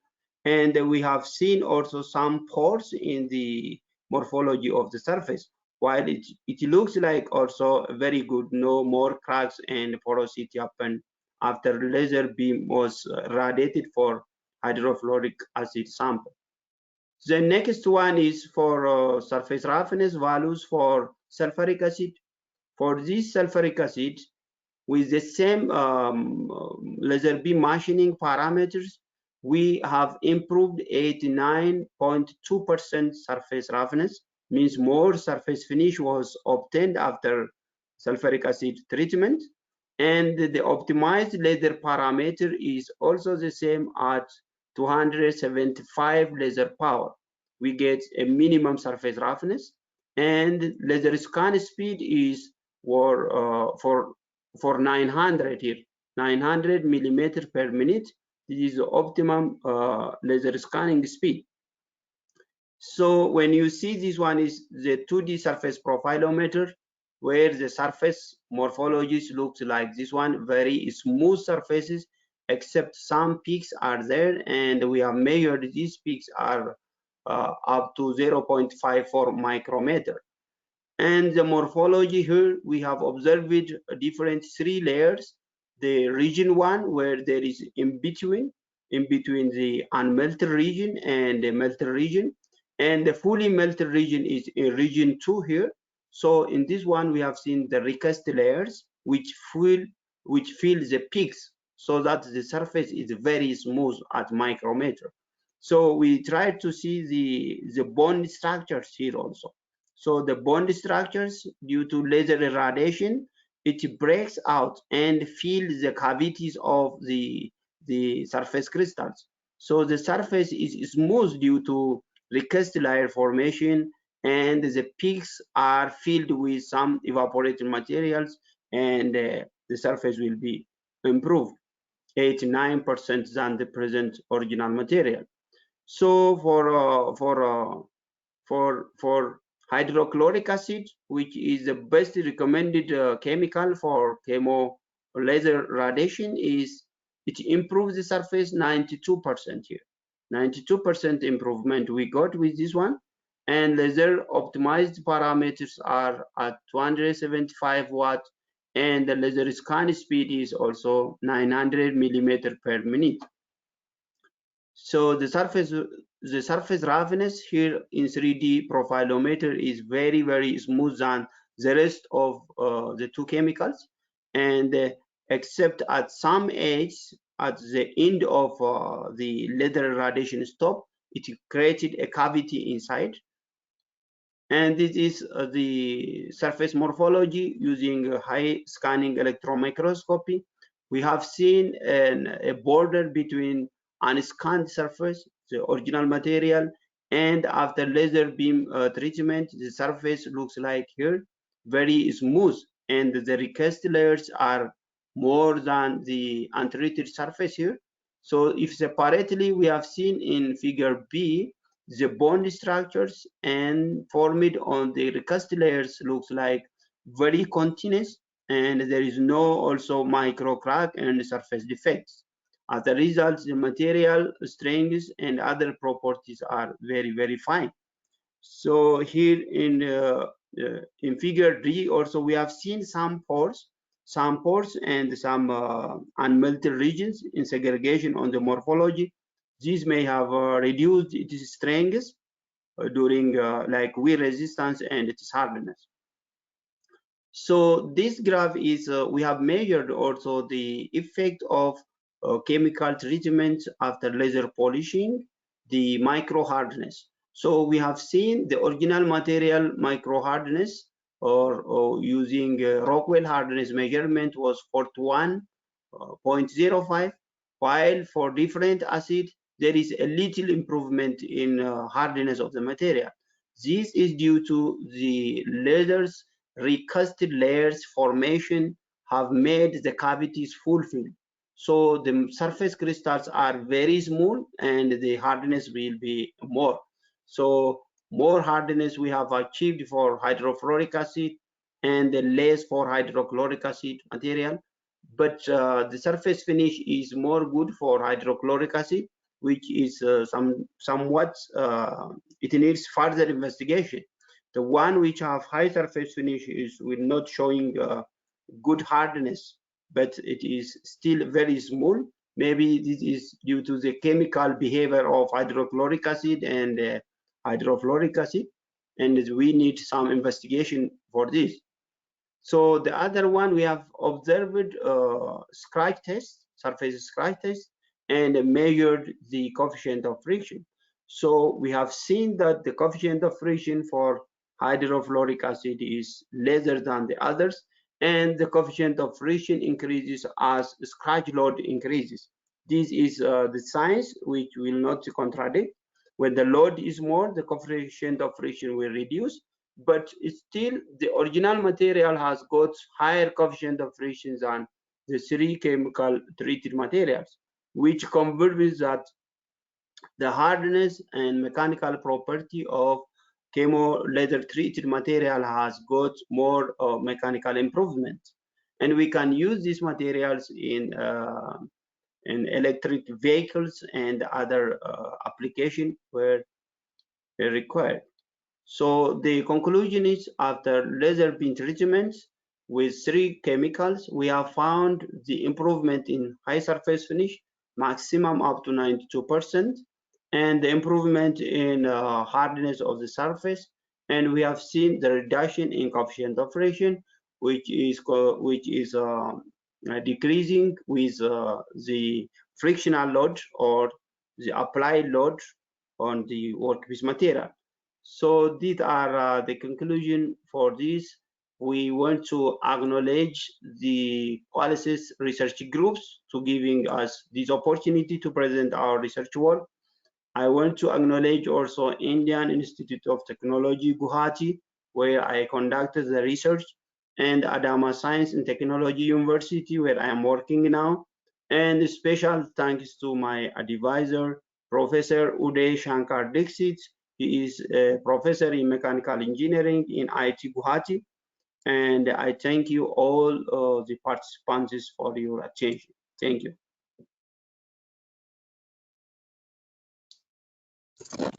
Thank you, Doctor, for your presentation. Is anyone having any queries?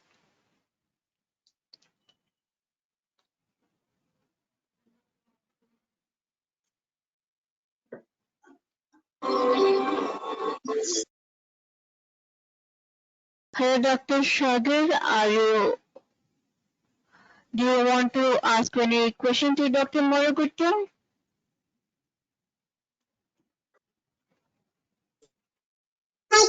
No queries. Thank you so much. Thank you. I hope there are no queries. Thank you, Dr. Moragutta, for your presentation. Thank you very much, everybody. As we have completed our today's presentation, by this we have come to an end of day 1 webinar. I would like to thank all the attendees and participants of today's webinar. Hope you enjoyed the webinar and gained knowledge from the sessions. And request you all to attend tomorrow's session too. If you have any queries, you can mail me. I will forward to respective speaker to clear the queries. Thank you everyone for being patient and giving the wonderful presentation here today. Thank you. Thank you. Thank you. Thank you very much. Thank you. Thank you.